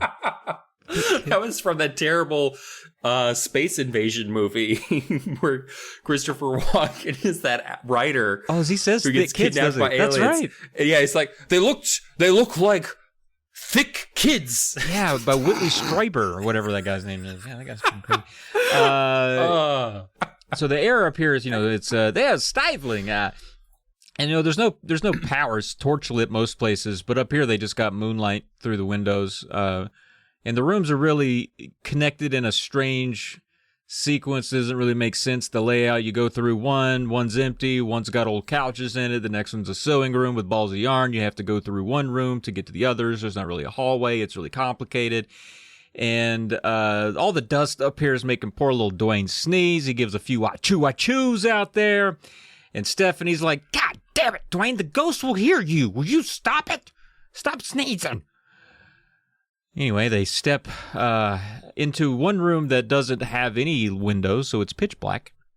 Maybe a little bit. Maybe I guess it does have a window. Let me take that back because I guess I lied to you. They step into one room that's it's nearly pitch black. It's got a window, but the shutters are over it, so you can barely get a little bit of moonlight through it. And then it's so that makes it spooky already. And then they hear the boom, boom, boom, boom thumps in the darkness. Now is this big old house settling? Huh? I don't know. But first they're distant. They're far away. Boom, boom, boom. Then they get closer. Boom, boom, boom, boom. Then the kids are like, wait a minute. I think someone else is in here. And now it's Stephanie's turn to be scared. She grips Duane's arm because she's scared. And she calls out to whatever's around her. Well, hey, who is it? Bum, bum, bum. Who's there? I choked out. Stephanie squeezed my arm so hard it hurt. But I made no attempt to move away from her. I heard soft footsteps. Ghostly footsteps. A cold chill froze the back of my neck. I clamped my jaw shut to keep my teeth from chattering. And then yellow eyes floated towards us through the thick darkness. 4 yellow eyes. The creature had 4 eyes. Fuck me, man. Gurgling sound escaped from my throat. I couldn't breathe. I couldn't move. I stared straight ahead. Listening. Watching. The eyes floated apart in pairs. 2 eyes moved to the right, 2 to the left. Whoa.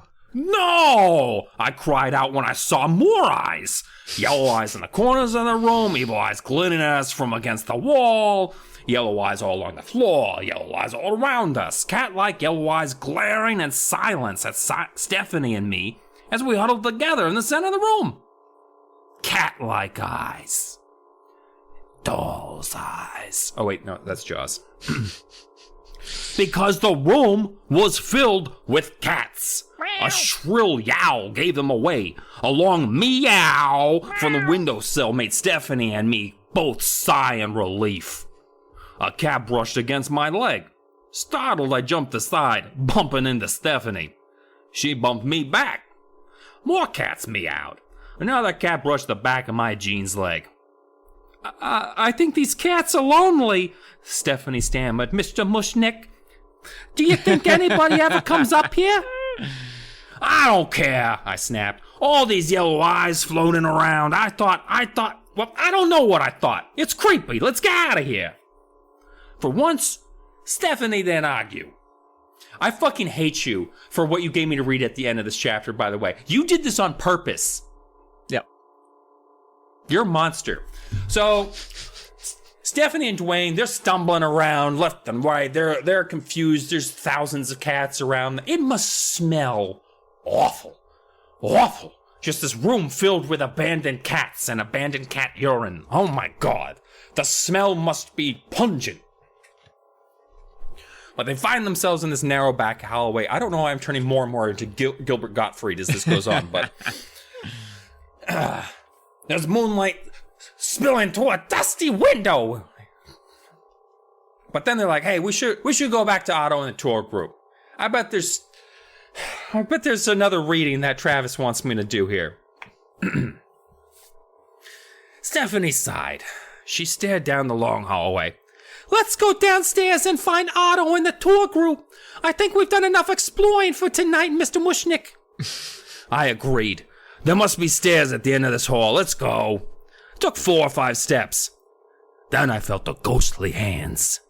They brushed over my face, my neck, my body. Sticky, dry, invisible hands. The hands pushed me back as they clung to my skin. Oh, help, Stephanie moaned. The ghosts had her in their grasp, too. Bum, bum, bum, bum. Bum, bum. Oh, man. Your Mr. Mushnicks remind me, on that episode that we did on Uncle Doug, Kevin made me and Saladay and himself, we had an Audrey off. We all had to do our best impression. Yeah. And all of you were terrible. Yeah. And that's... I was honestly like, wow, none of you are going to step up with a real good Mr. Mushnick. But the thing is, when you listen back, you can tell that we're all trying our best, and I think that's what's hilarious about it. It's like 3 Southern guys are not doing well with this very specific New York cadence. It was great. Anyway, so Stephanie's being assaulted by a ghost, and they're thrashing in panic. There's ghostly fingers clinging to them. And they're like, oh, we're being clung on. Oh, get it off me. What is it? Oh, my God. And they realized they've basically stepped into a big old mass of cobwebs. And they're like, oh, my God. Okay, it's just cobwebs. And Duane's like, oh, my God. I thought it was a ghost. And Stephanie was like, oh, I knew it was cobwebs. Definitely. Okay. I was freaking out. I'm going to interrupt here for a second to say that I have never walked into spider webs inside of a house, abandoned or not. I have done it outside, and that is terrifying. So I will say there is an awful feeling. But it also does not feel anything like it's described in any Goosebumps book ever. It feels like someone put a bunch of strings on you, and then you're like, oh, those fucking spiders! And then you don't know what anything else feels like. That's how it more feels like, if I'm going to put that out there. Yeah. I agree. I do think it's a little overblown. It's hot and itchy and like, oh, no, you're just... those fingers all over me. You don't feel anything after, like, you realize it's spiderweb and then you're just screaming. Yeah, and of course you flail because you're imagining, well, the spider was probably home. Most cases, you're good. But anyway, so, and Stephanie's pretending like, oh, I wasn't scared. I knew it was cobwebs. We're cool. But then they both kind of have the realization, but like, oh, cobwebs probably do mean spiders. And then they, as you alluded to, they start, oh, get them off me. I need my spiders. Oh, there's hundreds all over me. Oh, get them off me. Punch me in the face. Oh, God. Set me on fire. Kick me down the stairs. And they eventually get past that. They eventually get over that, and they run down the hall, trying to escape. They're kind of regretting all of this, and they can't find the goddamn stairs, because there's a bit of a maze up here, just twisting passages, and there's still somehow there's still candles lit up here. I don't know who's lighting the goddamn things. Otto swears he doesn't come up here. I don't know how these candles are getting lit, but there's occasionally some lit candles, and they go down this like hallway. There's a carpet on the floor. They see all these shadows, and then they start to hear a little bit of laughter out in the distance. Some laughter and little voices out there, and they're like, it must be there's a closed door down at the end of the hall. You know what? I bet that group of people. I bet that's a tour group. I bet that's them down there, or maybe there's a party or something.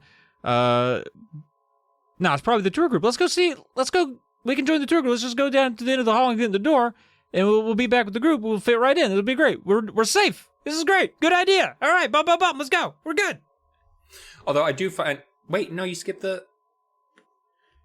But when they step inside, they both gasp in shock at what's really there. Bum. So this is actually when the book turns for me.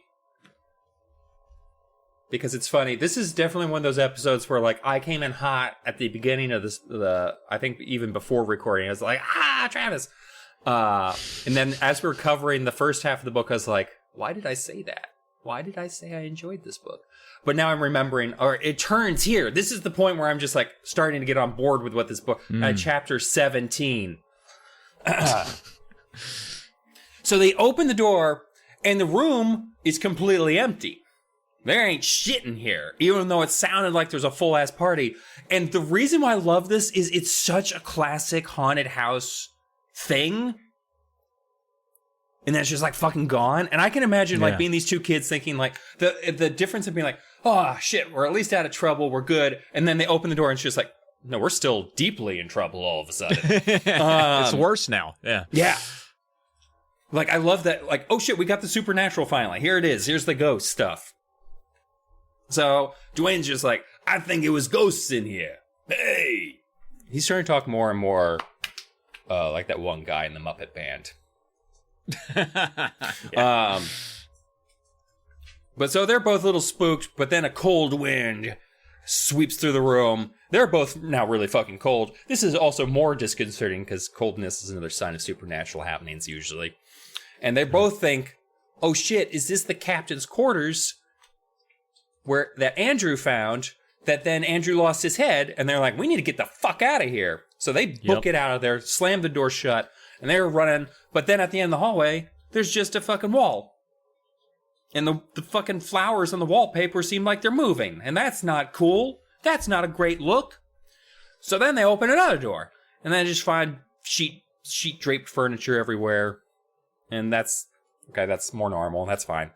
So they're just tearing through the rooms, trying to find how to get the fuck out of here. And they're opening doors, trying to find out how to get out of here. And it seems like they're just getting more and more lost. And things are looking less and less familiar. And the hallways are just twisting around them. And then they finally find a door that's marked with a horseshoe. And like, hey, maybe that's good luck. Hey, Stephanie, let's go. So Duane kicks open the door. And there's like this this very narrow stairwell. And Duane's like, man, this is a servant staircase. And Stephanie's like, who gives a fuck? So they start going down the staircase together. They hear the echoing of their sneakers and steps. And then they hear someone coming up from below. Bum, bum, bum. But before they could retreat, footsteps, bum, bum, bum, bum, bum, pounded upward toward them, up the stairs, flashlight beams sweeping over them, and a familiar voice calling out. Yep, it was Otto, and he was climbing quickly to the steps, and both Stephanie and Duane, pretty excited to see Otto, even though Otto's probably a little less excited to find them up here. And they're like, oh my God, Otto, thank God. But he's not too thrilled to find these children up here. He's like, hey, what are you doing up here on the top floor? He knows these fuckers by name. There's no way they snuck away from a tour group. Like, he's like, we're the only two children in my tour. God damn it. Yeah. So they're like, oh, we got separated from the tour. We were trying to catch up. And Otto, pretty skeptical. He's not convinced. And he's like, how did you end up at the top of the house? And Stephanie's like, well, we had followed voices that we thought belonged to the group. She was thinking on her toes, man. And that was true. That really was kind of part of it. And Otto's like, listen, guys, this top floor is private. All right? You can't be up here. Now follow me back down. So they go back down the staircase. And then they get to the second floor. Otto brings them through a hallway that they, have been through on the tour before. It's to Joseph Krall's study.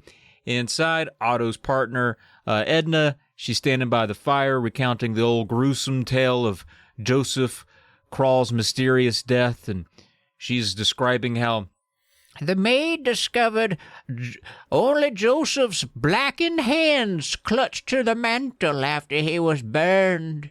Pretty fucking metal, my friend. I like pretty that. Cool. Like this whole Krall family just kind of... All of their deaths are pretty cool. Yeah, bitching. Yeah.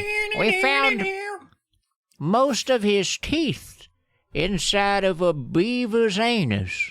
Wait, what? We don't know what Joseph got up to here, but he was creepy.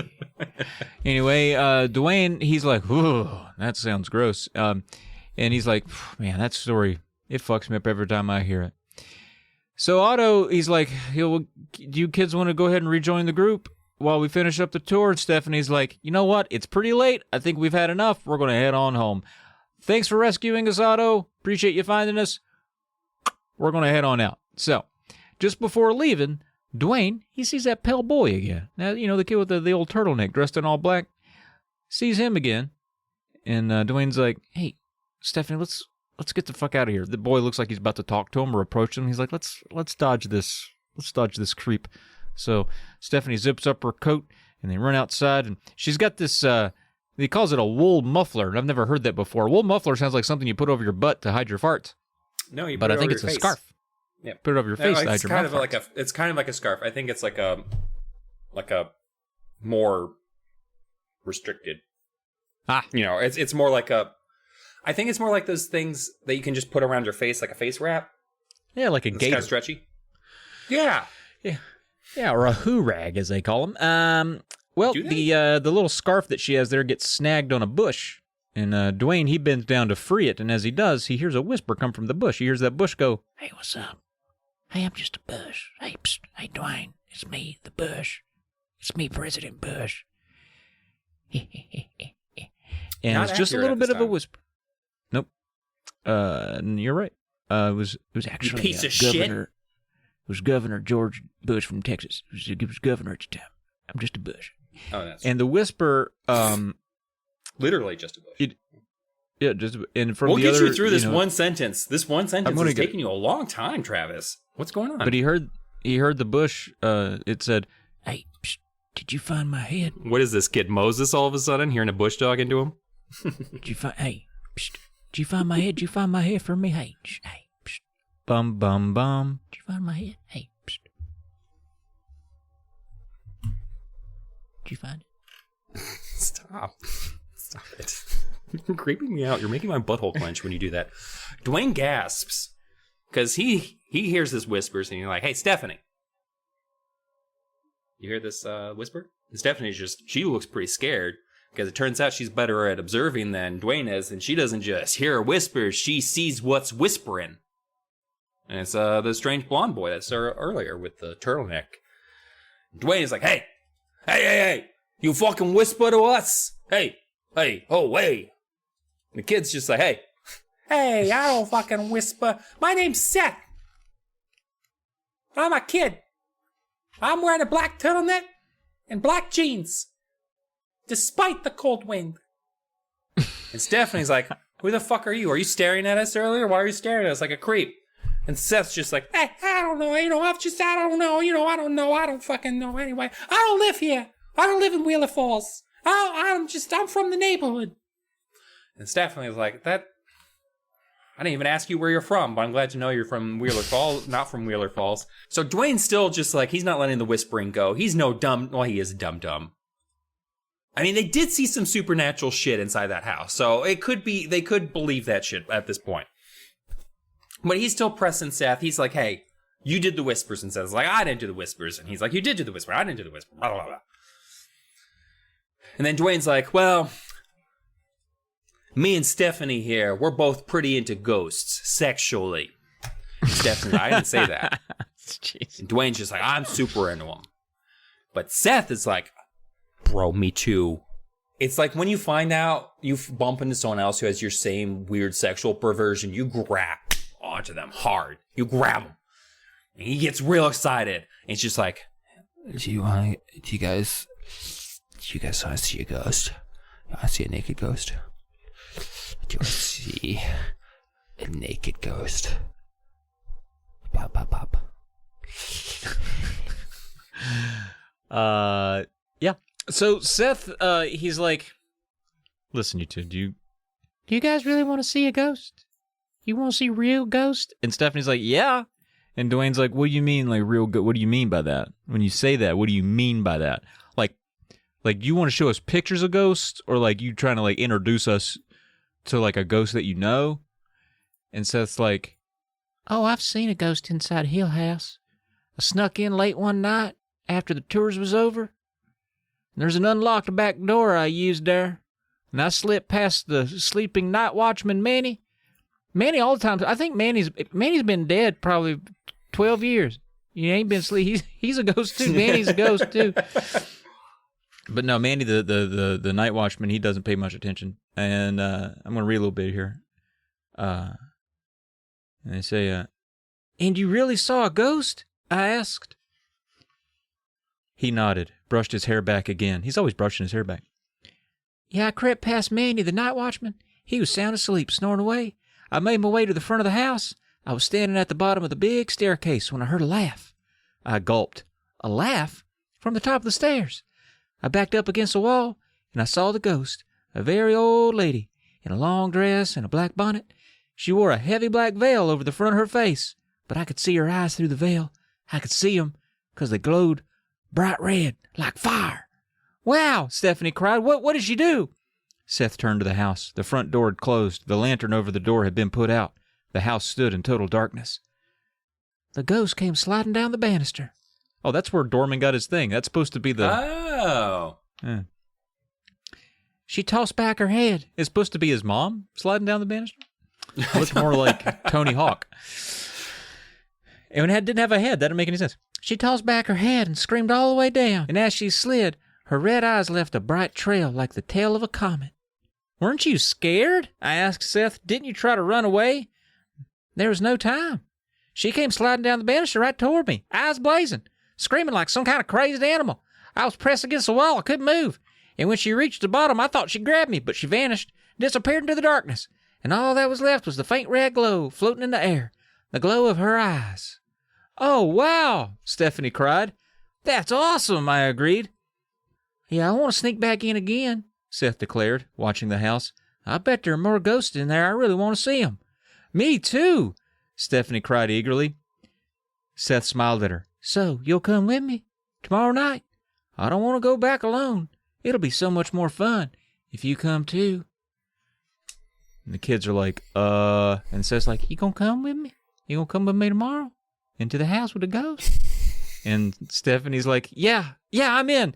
And Duane's like, bum, bum, bum. So Duane, you reluctantly agrees to the plan. They all say, we'll meet up tomorrow night, midnight, the back of Hill House. Duane's just like, hey, Steph, we can't fucking trust this fucking weird-ass little kid. He wears turtlenecks.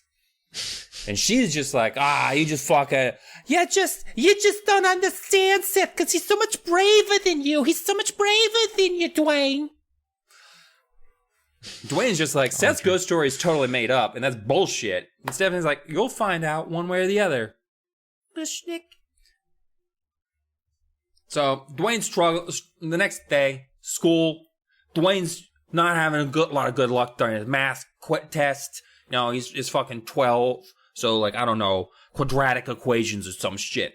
He's distracted, though, by Seth and Hill House. His parents are like, man, you look a little... I was going to say something. I was going to not sound correct. You look a little bit like a raccoon. But he's just like, oh, okay, I'll go to bed early. Don't worry, Mom and Dad. Yeah, and I'm fucking tired and shit. Long night at the docks later, so whatever. So he goes to take a sleep, but then he just waits until they go to bed and he sneaks out. It's midnight. It's cold, it's rainy, it's probably like a fucking October or some shit. I don't know. Stephanie's wicked excited. She's howling like a ghost, like a psychopath. Duane's like, shut the fuck up. Shut the fuck up. She does that a lot. She does that a lot. She's like, howling. ow! It's like, would you just stop for like 5 minutes? Yeah. Oh, hell yeah. They're sneaking through the neighborhood, ducking behind hedges and shit, going behind cars. Oh, it's real fucking exciting. So they're behind Hill House. They're like, where the fuck is the Seth kid? This fucking piece of shit. This fucking mook. Where the fuck is he? But then they hear this sudden effeminate southern cry. It's just like, ah! And Seth stumbles in, if you clutching at his throat, and he looks, oh my God, I'm dying. And he falls over, because he's like, the ghost, it attacked me. And then he just drops to their feet, and he's fucking dead. Bum, bum, bum. He's dead. Big dramatic collapse right there, but guess what? Stephanie and Duane aren't buying that shit, dude. He pranking. And they mock him. They're like, get up, you dumbass. We've pulled that trick on each other countless times. And Seth gets up and he's like, oh, well, gosh dang, I thought, well, shit. And he looks pretty disappointed that his little prank didn't work. And Duane and Stephanie are like, hey, we're the Twin Terrors. We scare people for fun. That's our thing. And Seth's like, man, y'all are weird. So Seth then explains, he's like, yeah, I took a tour again tonight, and I learned about some new rooms we could explore. I learned about some cool stuff, and maybe that'll be cool for us to run through tonight while we're in here by ourselves. And Stephanie, she's like, oh, yeah, that's what I'm talking about, Seth. Hell yeah, dude, some new stuff in the house. And she's like, you promise we're going to see a real ghost? You promise, Seth? Seth gives her a strange smile and says, oh, I promise. Bum, bum, bum. Man, that's a boy that's about to murder his 2 classmates. Yep. So Seth's leading Duane and Stephanie through the side door, and he's like, you shut up, because you don't want to wake Manny. Manny, he's probably asleep out front. You don't want to make too much noise, otherwise Manny's going to come along. Their eyes start adjusting in the dark, and Duane's still grumbling, and he's like, hey, can we turn on a fucking light? Hey! And Seth's just like, ghosts won't appear if the light's on. Which at this point makes you think, let's just a step back. I think the point of the book at this point is to make us think, obviously, Seth is a ghost. Oh, yeah. But it was at this point that I realized, or maybe around this point, okay, Duane and Stephanie aren't ghosts. Because that was, to go this far in the story and never hear about their parents or their home life or other friends, I was like, these 2 kids are just trapped in the... No, because it's literally the chapter before that, I think, where you finally hear about their parents, or maybe in this one. Yeah. Where you finally hear about Duane's parents chime in and say something about him looking tired and shit. So, like, it was up until that chapter that I was like, oh, was it these 2? Oh, so Seth's a ghost then, but that's lame. So what's because that's twist? telegraphed. Yeah, exactly. But then they hear like this rattling sound, like bones clattering.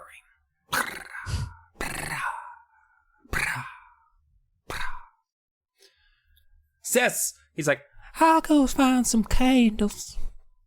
And then he slips away with his creepy, soft little footsteps. Scrape, scrape, scrape, scrape, scrape. I love a southern sound effect. Like he's saying it as he snake, snake, snake, snake. Oh shit! I'm just gonna close this door. Curry. I want an entire radio show that just has Seth doing all the sound effects for everything. So then I walked up to the door. Thump, thump, thump, thump, thump. And knocked on the door. Slam, slam, slam. Then I tried the doorbell. Ding dong. The fuck were we? Scrape. So Duane feels the cold coming, and the rattle sounds getting closer. He's reaching out blindly because it's fucking dark in here. This must be like when all the power went out in New York in the 70s. The blackout just takes them all down. Everyone's like, oh my God. He's like, oh shit. Oh, Seth will be back soon, which, God damn, I don't even know if that'll be better. I feel like when Seth comes back, they'll feel like he holds their hands with his slightly wet hands. I don't know why I made Seth like the pervert, but yeah. So then Duane is just like, hey, Stephanie, what the fuck, man? Come on. Shit, nothing. She doesn't say shit. Stephanie's gone. Ba-da-dum-bum. Ba-ba-bum. Yeah, and then, by himself there, Duane sees 2 glowing eyes approach through the darkness. He's like, oh shit, it's coming at me. And then he realizes it's candle flames. And then Stephanie hands him a candle, and she's like, what's going on, Duane? And he's like, Stephanie, I was looking for, where'd you go? And she's like, I told you I was going with Seth, did you hear me? And then they give him a candle, and he's like, I wasn't scared, I was messing with y'all about that. I thought, yeah. So we're cool. We're cool. I didn't just freak out for no reason. So now they all got a candle, and there's some flickering lights, and they're holding their little candles, and they're like, oh, we're in the kitchen. Look here, we're in the kitchen. And then it turns out that the rattling of bones that was creeping Duane out for about a page and a half was just pots on the wall, just shaking through the slight breeze from the broken window. And Duane's like, God damn it. I wasn't scared, but Stephanie, she can kind of tell that he's freaking out a little bit, and he's trying to hide it from her, and then Stephanie's finally like, all right, Seth, enough's enough, man, where's this ghost? All right, we need to see it. And Seth's like, hold up now. And he leads him over to a kitchen cabinet, which he reveals is an old dumbwaiter. And I'm going to read you a bit here. He rolls over to this kitchen cabinet. And he's like, why are you showing us a kitchen cabinet, Seth? I demanded. What's scary about that? Hey, it's not a cabinet. It's a dumbwaiter. Watch. He reached inside and pulled a rope beside the cabinet shelf, and the shelf began to slide up. He raised the shelf, then lowered it. See, this dumbwaiter's like a little elevator. It was used to send food from the kitchen to the master bedroom upstairs. You mean for midnight snacks? I joked. Seth nodded. The cook would put the food on the shelf, and then he would pull the rope, and the shelf would carry it upstairs. Thrills and chills, I said sarcastically. Yeah, why are you showing it to us? Stephanie demanded. Seth brought the candle up close to his face. Otto told me that this dumbwaiter's haunted. 120 years ago, things suddenly started going wrong with it. Stephanie and I moved closer. I lowered my candle and examined the dumbwaiter cabinet. What went wrong? I asked. Well, Seth began softly, the cook would put the food on the shelf and send it upstairs, but when the shelf reached the bedroom up there, the food was gone. Stephanie narrowed her eyes at Seth. It disappeared between the first and second floor? Seth nodded solemnly. His gray eyes glowed in the soft candlelight. This happened several times. When the shelf reached the second floor, it was empty. The food had vanished. Wow, I murmured. The cook became very frightened, Seth continued. He was afraid the dumbwaiter had become haunted. He decided to stop using it, and he ordered everyone on his staff never to use the dumbwaiter again. And what's the end of the story? I asked. Seth shook his head. And then something horrible happened. Stephanie's mouth dropped open. What? What happened? Some kids were visiting the house. One of them was a boy named Jeremy. Jeremy was a real show-off, very athletic. And when he saw the dumbwaiter, he decided it'd be fun to ride up to the second floor. Oh, wow, Stephanie murmured. I felt a chill. I thought I could guess what was coming. So Jeremy squeezed onto the shelf, and one of the other kids pulled the rope. And suddenly the rope caught, and the kid couldn't get it to move up or down, and Jeremy was stuck somewhere between the floors.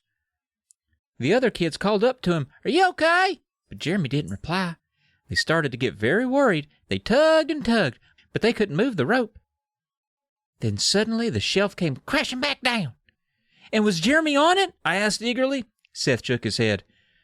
There were 3 covered bowls on the shelf. The kids lifted the lid off the first bowl. Inside was Jeremy's heart, still beating. They opened the second bowl. Inside were Jeremy's eyes, still staring in horror. And they opened the third bowl, and they saw Jeremy's teeth, still chattering. The 3 of us stood silent in the orange glow of the candlelight. We stared at the dumbwaiter shelf. Now Seth insisted, Otto swears this story's true. He said, Otto told the story with such conviction, I swear to God, I thought it was the truest thing I'd ever heard. It was like he told me that it was sunny outside and the grass was green. But he's like, well, but it's part of his job to scare tourists, so maybe, I don't know, maybe he judged it a little bit. But Stephanie, she brushes it off, she's like, that's a great story. I need to be seeing some ghosts before this night's worth it. All right, we're kind of doing a B&E, so I need to know, are we going to be seeing some ghosts? And Seth, he doesn't really say much. He just leads them over to the butler's pantry. He's like, used to store food here for the house. And they're like, all right, cool, great, a pantry, that's awesome. But when they step inside the pantry, when they turn, Seth closes the door and fucking locks it behind them, trapping them all inside. Bum, bum, bum. I don't trust this Seth kid. So Duane drops his candle, plunging most of the pantry into darkness. Stephanie's rip shit. She comes at Seth. Unlock the fucking door. Duane's unhappy. There's no windows, no second door. It's definitely a trap situation. He's not Thrillsville. You know how kids are. Don't like being locked into a strange room in a haunted house. Stephanie's going for the handle, but then Seth gets in her way. And he admits, it was a little trick. And that his name isn't Seth. It's Andrew. That's the Headless boy. And then both Duane and Stephanie are like, holy fuck, that's the fucking name of the ghost kid.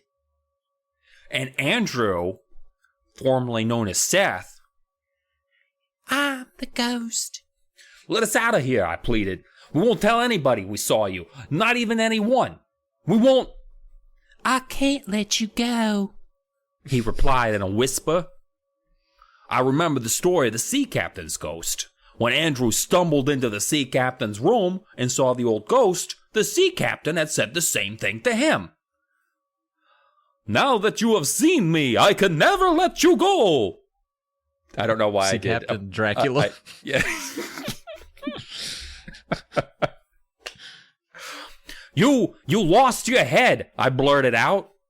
So you can't be Andrew, Stephanie cried. You have a head. In the dim light from Stephanie's candle, I could see the sneer spread over Andrew's face. No, he said softly. No. I do not have my head. This is one that I borrowed. He raised both of his hands to the sides of his face. Here, let me show you, he said. My accents, you've ruined my accents. You're all ruined. Sorry. No. Huh? No. Here, let me show you, he said. Then he pressed his hands against his cheeks and started to tug the head up from the black turtleneck. Bum, bum, bum. I'm going to read this whole chapter because it's very short. No, stop, Stephanie screeched. I shut my eyes. I didn't really want to see him pull his head off. When I opened my eyes, Andrew had lowered his hands. I gazed once again around the narrow pantry. How could we escape? How could we get out of there? The ghost was blocking the only exit. Why did you trick us? Stephanie asked Andrew. Why did you bring us here? Why did you lie to us? Andrew sighed. I told you. I borrowed this head. He ran one hand through the hair, then down over the cheek as if petting it. I borrowed it, but I have to return it.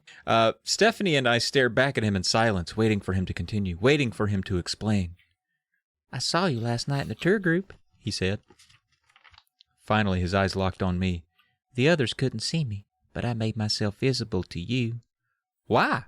I asked in a trembling voice. 'Cause of your head, he replied. I like your head. Huh? A frightened gasp escaped my throat. He gripped the blonde hair again. I have to return this head, Duane, he said calmly and coldly, so I'm going to take yourn. Dum-dum-dum. I'm going to get your head, Duane. I don't like this anymore. His head ain't doing me no good, Duane. I want yourn. I want your head, Duane. Bum, bum, bum. So Duane, he's like, enough with the funny stuff, hey. Andrew, hey, whoa, you don't need my head. Meanwhile, Seth or Andrew I just need to borrow it for a little bit until I can find mine. Duane's continuing to be like, no, you don't even know much. You don't. Stephanie offering to help Andrew find his other head. Andrew's like, I've been in this house for 100 fucking years, and I haven't found my head yet. What the hell makes you guys think you're going to find my head tonight?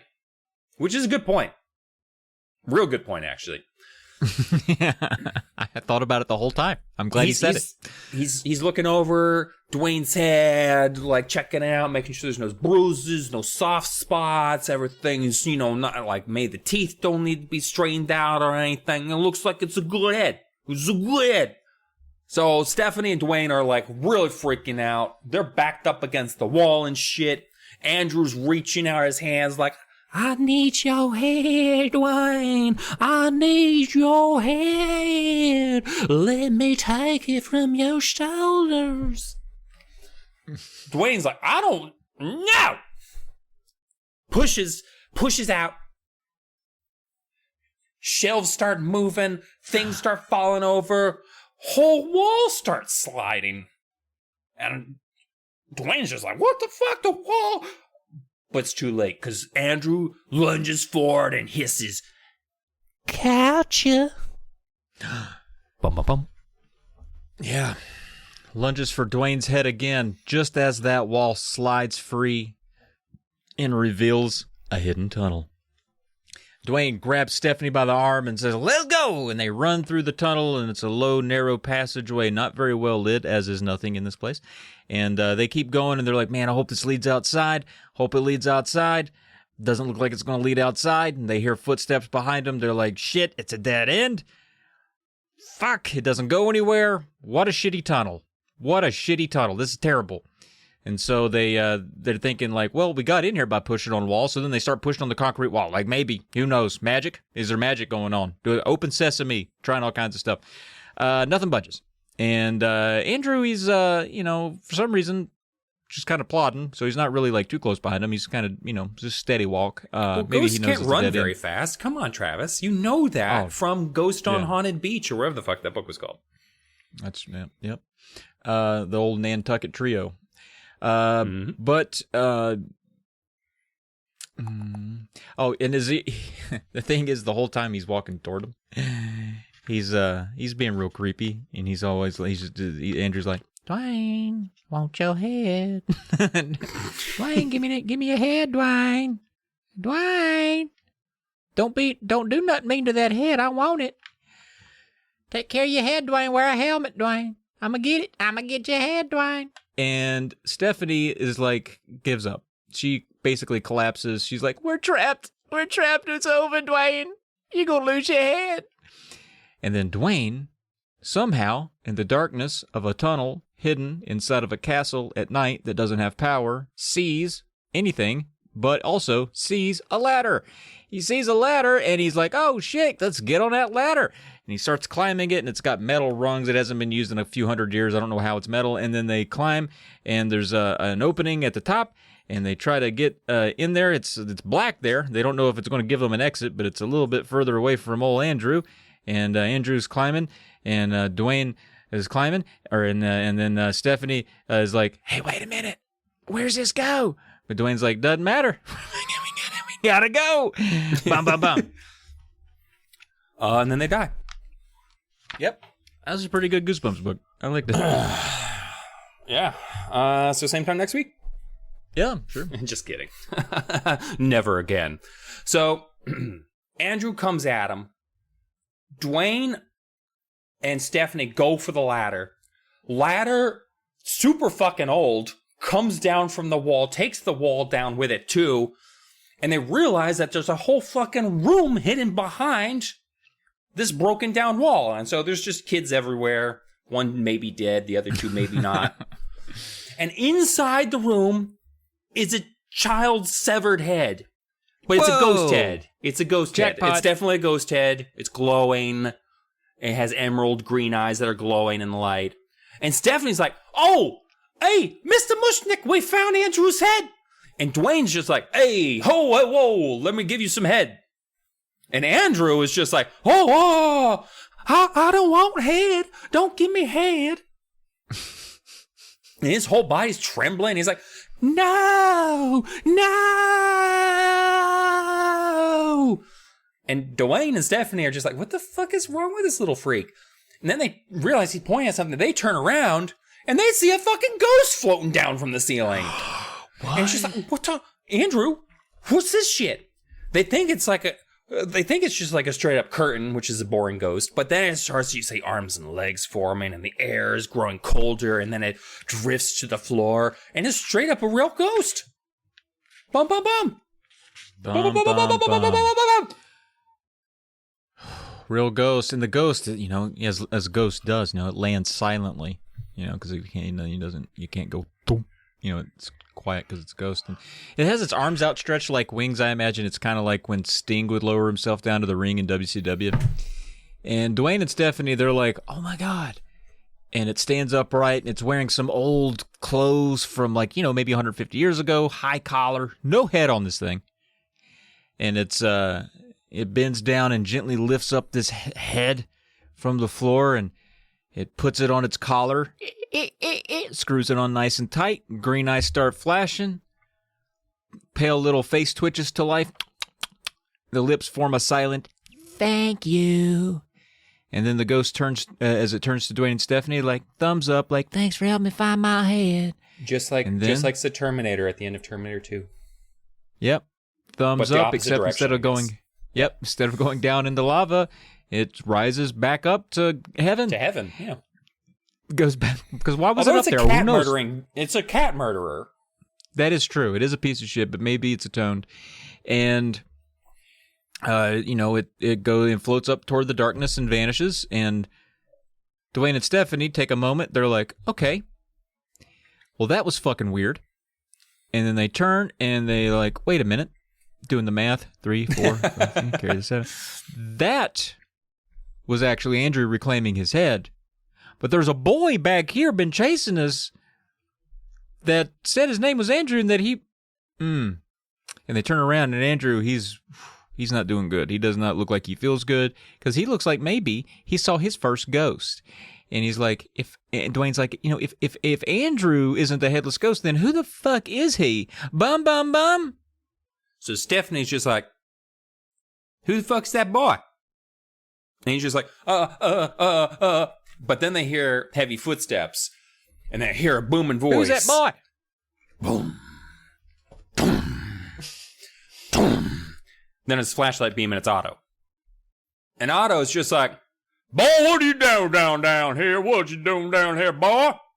The way that Otto talks is definitely like the carny talking to another carny. She's like, don't let the townies freak them out. Don't freak out the townies. Like, he's talking about the rest of the town like they're like, don't let them, you can't cause trouble. It'll damage the reputation of our business if you're scaring kids, Seth. And so Duane and Stephanie are like, whoa, what the fuck is going on? So we're going to get some story time. Seth lowered his head and still didn't reply. I could see that he was in major trouble, so I decided to jump in. It's okay, Otto. A little fuck didn't scare us. That's right, Stephanie chimed in. We didn't believe he was a ghost, did we, Duane? Of course not, I replied. He didn't fool us for a minute. Especially when we saw the real ghost, Stephanie added. Otto turned to her, studying her in the light from the flashlight. The what? The real ghost, Stephanie insisted. We saw the real ghost, Uncle Otto, Seth exclaimed. It was awesome. Otto rolled his eyes. I wish I had given Otto a whole new accent and voice. Save the jokes, Seth. It's too late at not... I'm just going back to deep. You're just trying to get out of trouble. No, really, I insisted. Really? Really? Seth and Stephanie cried. We saw the headless ghost. Oh, fuck, it's the wrong kid. We saw the headless ghost. Uncle Otto, you've got to believe us. Seth pleaded. It's too many voices, Travis. I can't do it anymore. Sure, Otto muttered. He turned in motion with his flashlight. Come on, everyone out. Oh, that's it. Oh, shit, I shouldn't have been bitching so much. Bum, bum, bum. Bum, bum, that's bum. That's it. It's the whole fucking thing. It's just wrapped up in 2 pages. It's like, that's the real ghost. This is not the real ghost. Otto's pissed, but we're all gonna go home. We're all going to go home, and it feels like it's over, but we got one of those things where we flash forward 30 years into the future and see how the kids turned out. I'm going to say, I love this so much because they're starting to become the age with this flash forward of like Fear Street kids. And like the way they were talking about their lives was just like, oh, that's almost like Fear Street. By the way, we just watched the most recent Fear Street movie and god awful. Don't watch it. It's boring as fuck. Good to know. Yeah. Did Arlstein have anything Prom to do with Queen. it? I don't know. I mean, hopefully got a paycheck out of it, but yeah. I don't hope he didn't write it. Give my boy some money. After the terrifying night there, Duane and Stephanie, they gave up on haunting. They're retired, hanging it up. He hung up the fur cat suit. They don't sneak out at night anymore. They don't scare kids. They don't even talk about ghosts. You know, they moved on. They got school activities. They're paying attention in school. They're doing calculus. Duane made the fucking basketball team. He's starting forward. Stephanie, she's in the theater arts club. She's in the Wizard of Oz. She's either going to be Dorothy or a gremlin. And life's feeling pretty good again. Feel like everything's going back to normal. Ben Foster still has nightmares and has to whatever his name was, Ben Foster, Ben Feener. Fuller. Ben Fuller. Fuller? He's still got, he's got lifelong therapy for those spiders. But, other than that, everybody's back to normal. And then it's a spring evening. We're fast forward a couple months here. They're leaving a birthday party. They pass the old Hill House, and Duane kind of looks at Stephanie. They get a little nostalgic, even though it's 4 months ago. And he's like, man, I kind of want to go back in. Stephanie's like, yeah, me too.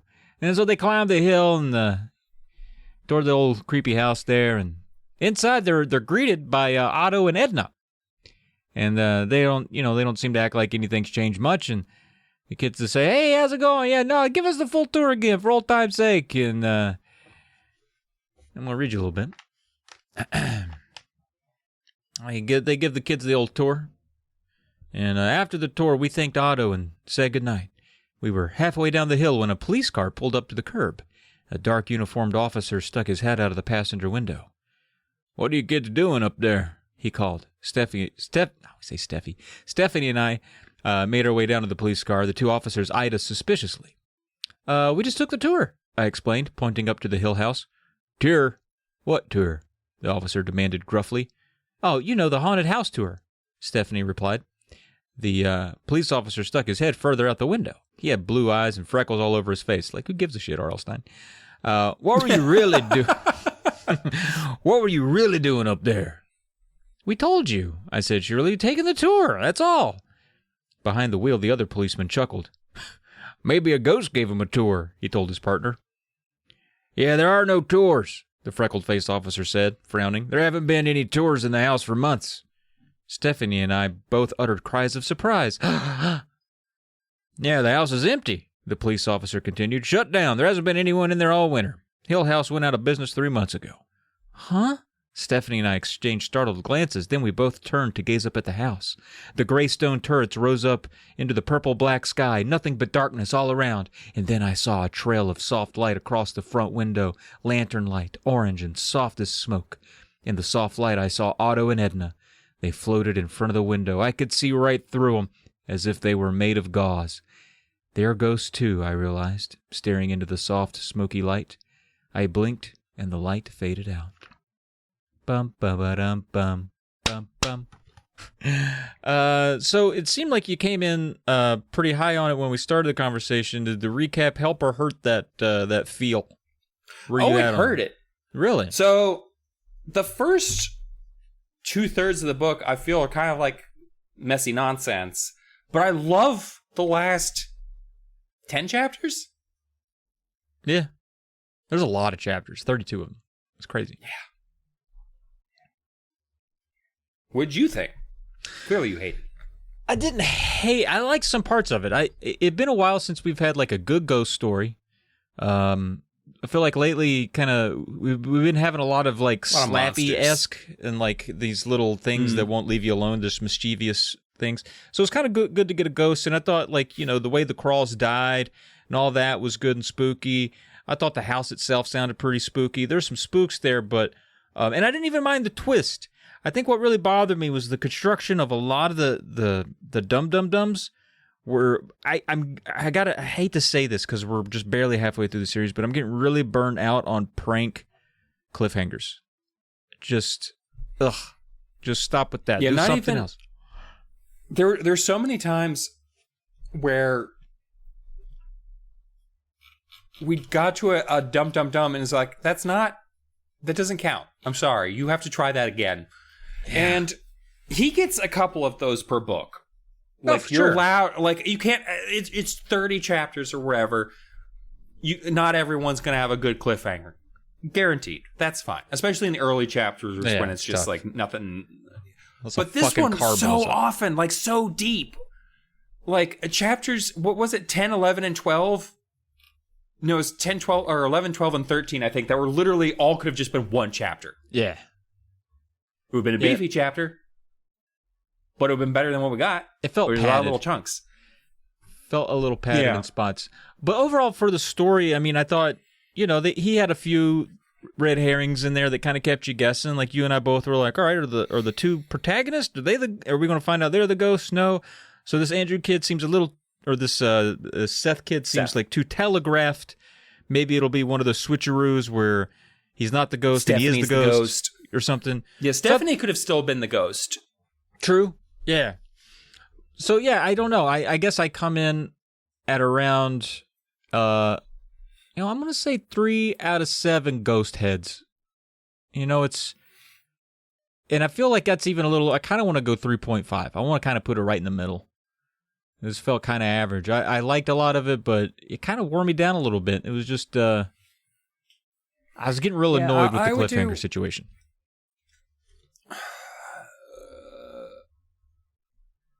Yeah, I would probably do. Man, it's hard because like I love the whole ending too. Like that's the thing is the ending was once good. we hit a certain point, I was hitting I was just like, what bullshit nonsense is gonna be explaining all of this? And then it was one really simple explanation, and like it covered everything. Like there was no point there. I was like, oh no, that's perfect. Yeah, you Seth didn't was even have lying, to bring out the and spackler. the real ghost just shows up, and he's just like, hey, thanks for finding my head. Bye. I love that the ghost was just like, yeah, no interaction with him at all. And he was kind of like the main focus of the book. And he just floats down, grabs his head, says thank you, pieces. That was kind of fun. Yeah. But I think I would give it a 4 out of 8 black and tans grabbing onto the mantelpiece. Yeah, hell yeah, dude. Yeah, we're both right down the middle on this 50-50, yeah. Like, that it's so funny. If we hadn't just gone through it chapter by chapter, I would probably be edging it more into like 5 out of 8 or 6 out of 8.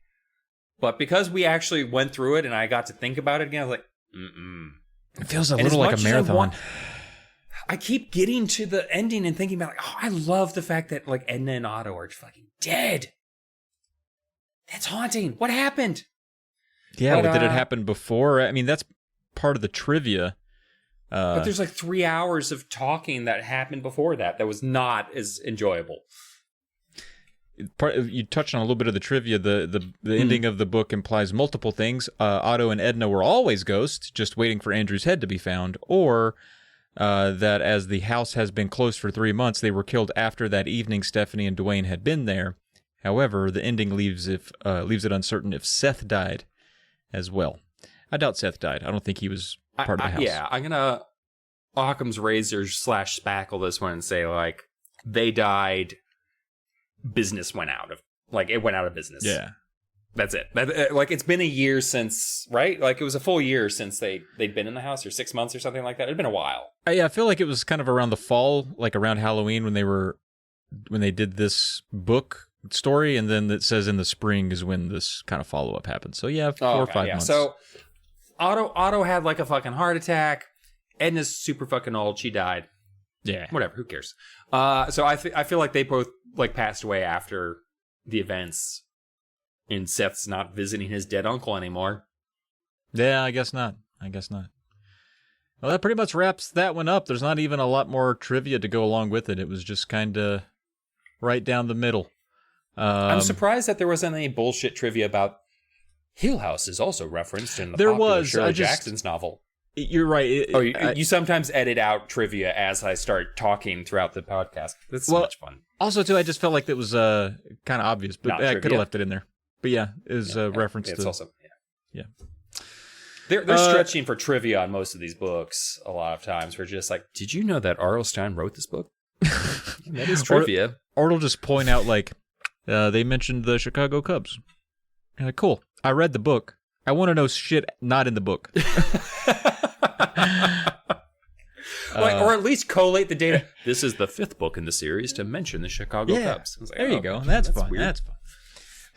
All right. Well, once again, we want to thank you for listening. We also want to thank Retralsis and our mystery texter for the kind words. Please feel free to send those in. We like reading your stuff here on the podcast. It can be anything. You can send us, what you think of the show, or your experience with the book or a story or something like that. We'd love to hear about it. You can also email us.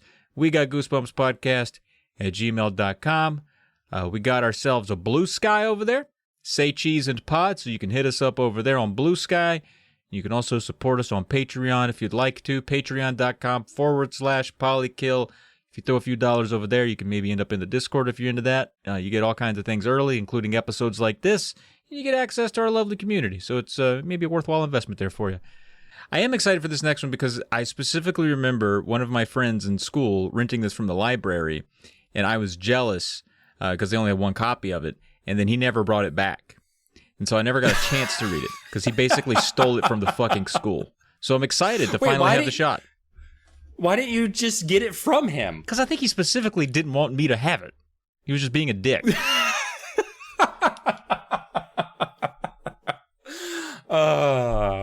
Oh my God. Jordan Blake and his sister Nicole are sick of the hot weather in Pasadena. Just once, they'd like to have a real winter. A real winter with real snow. And then it happens. The Blakes are off to Alaska. Seems that Mr. Blake has been asked to photograph a mysterious snow creature there. Poor Jordan and Nicole. They just wanted to see snow. But now they're being chased by a monstrous creature. A big furry-faced creature. Known as the Abominable Snowman.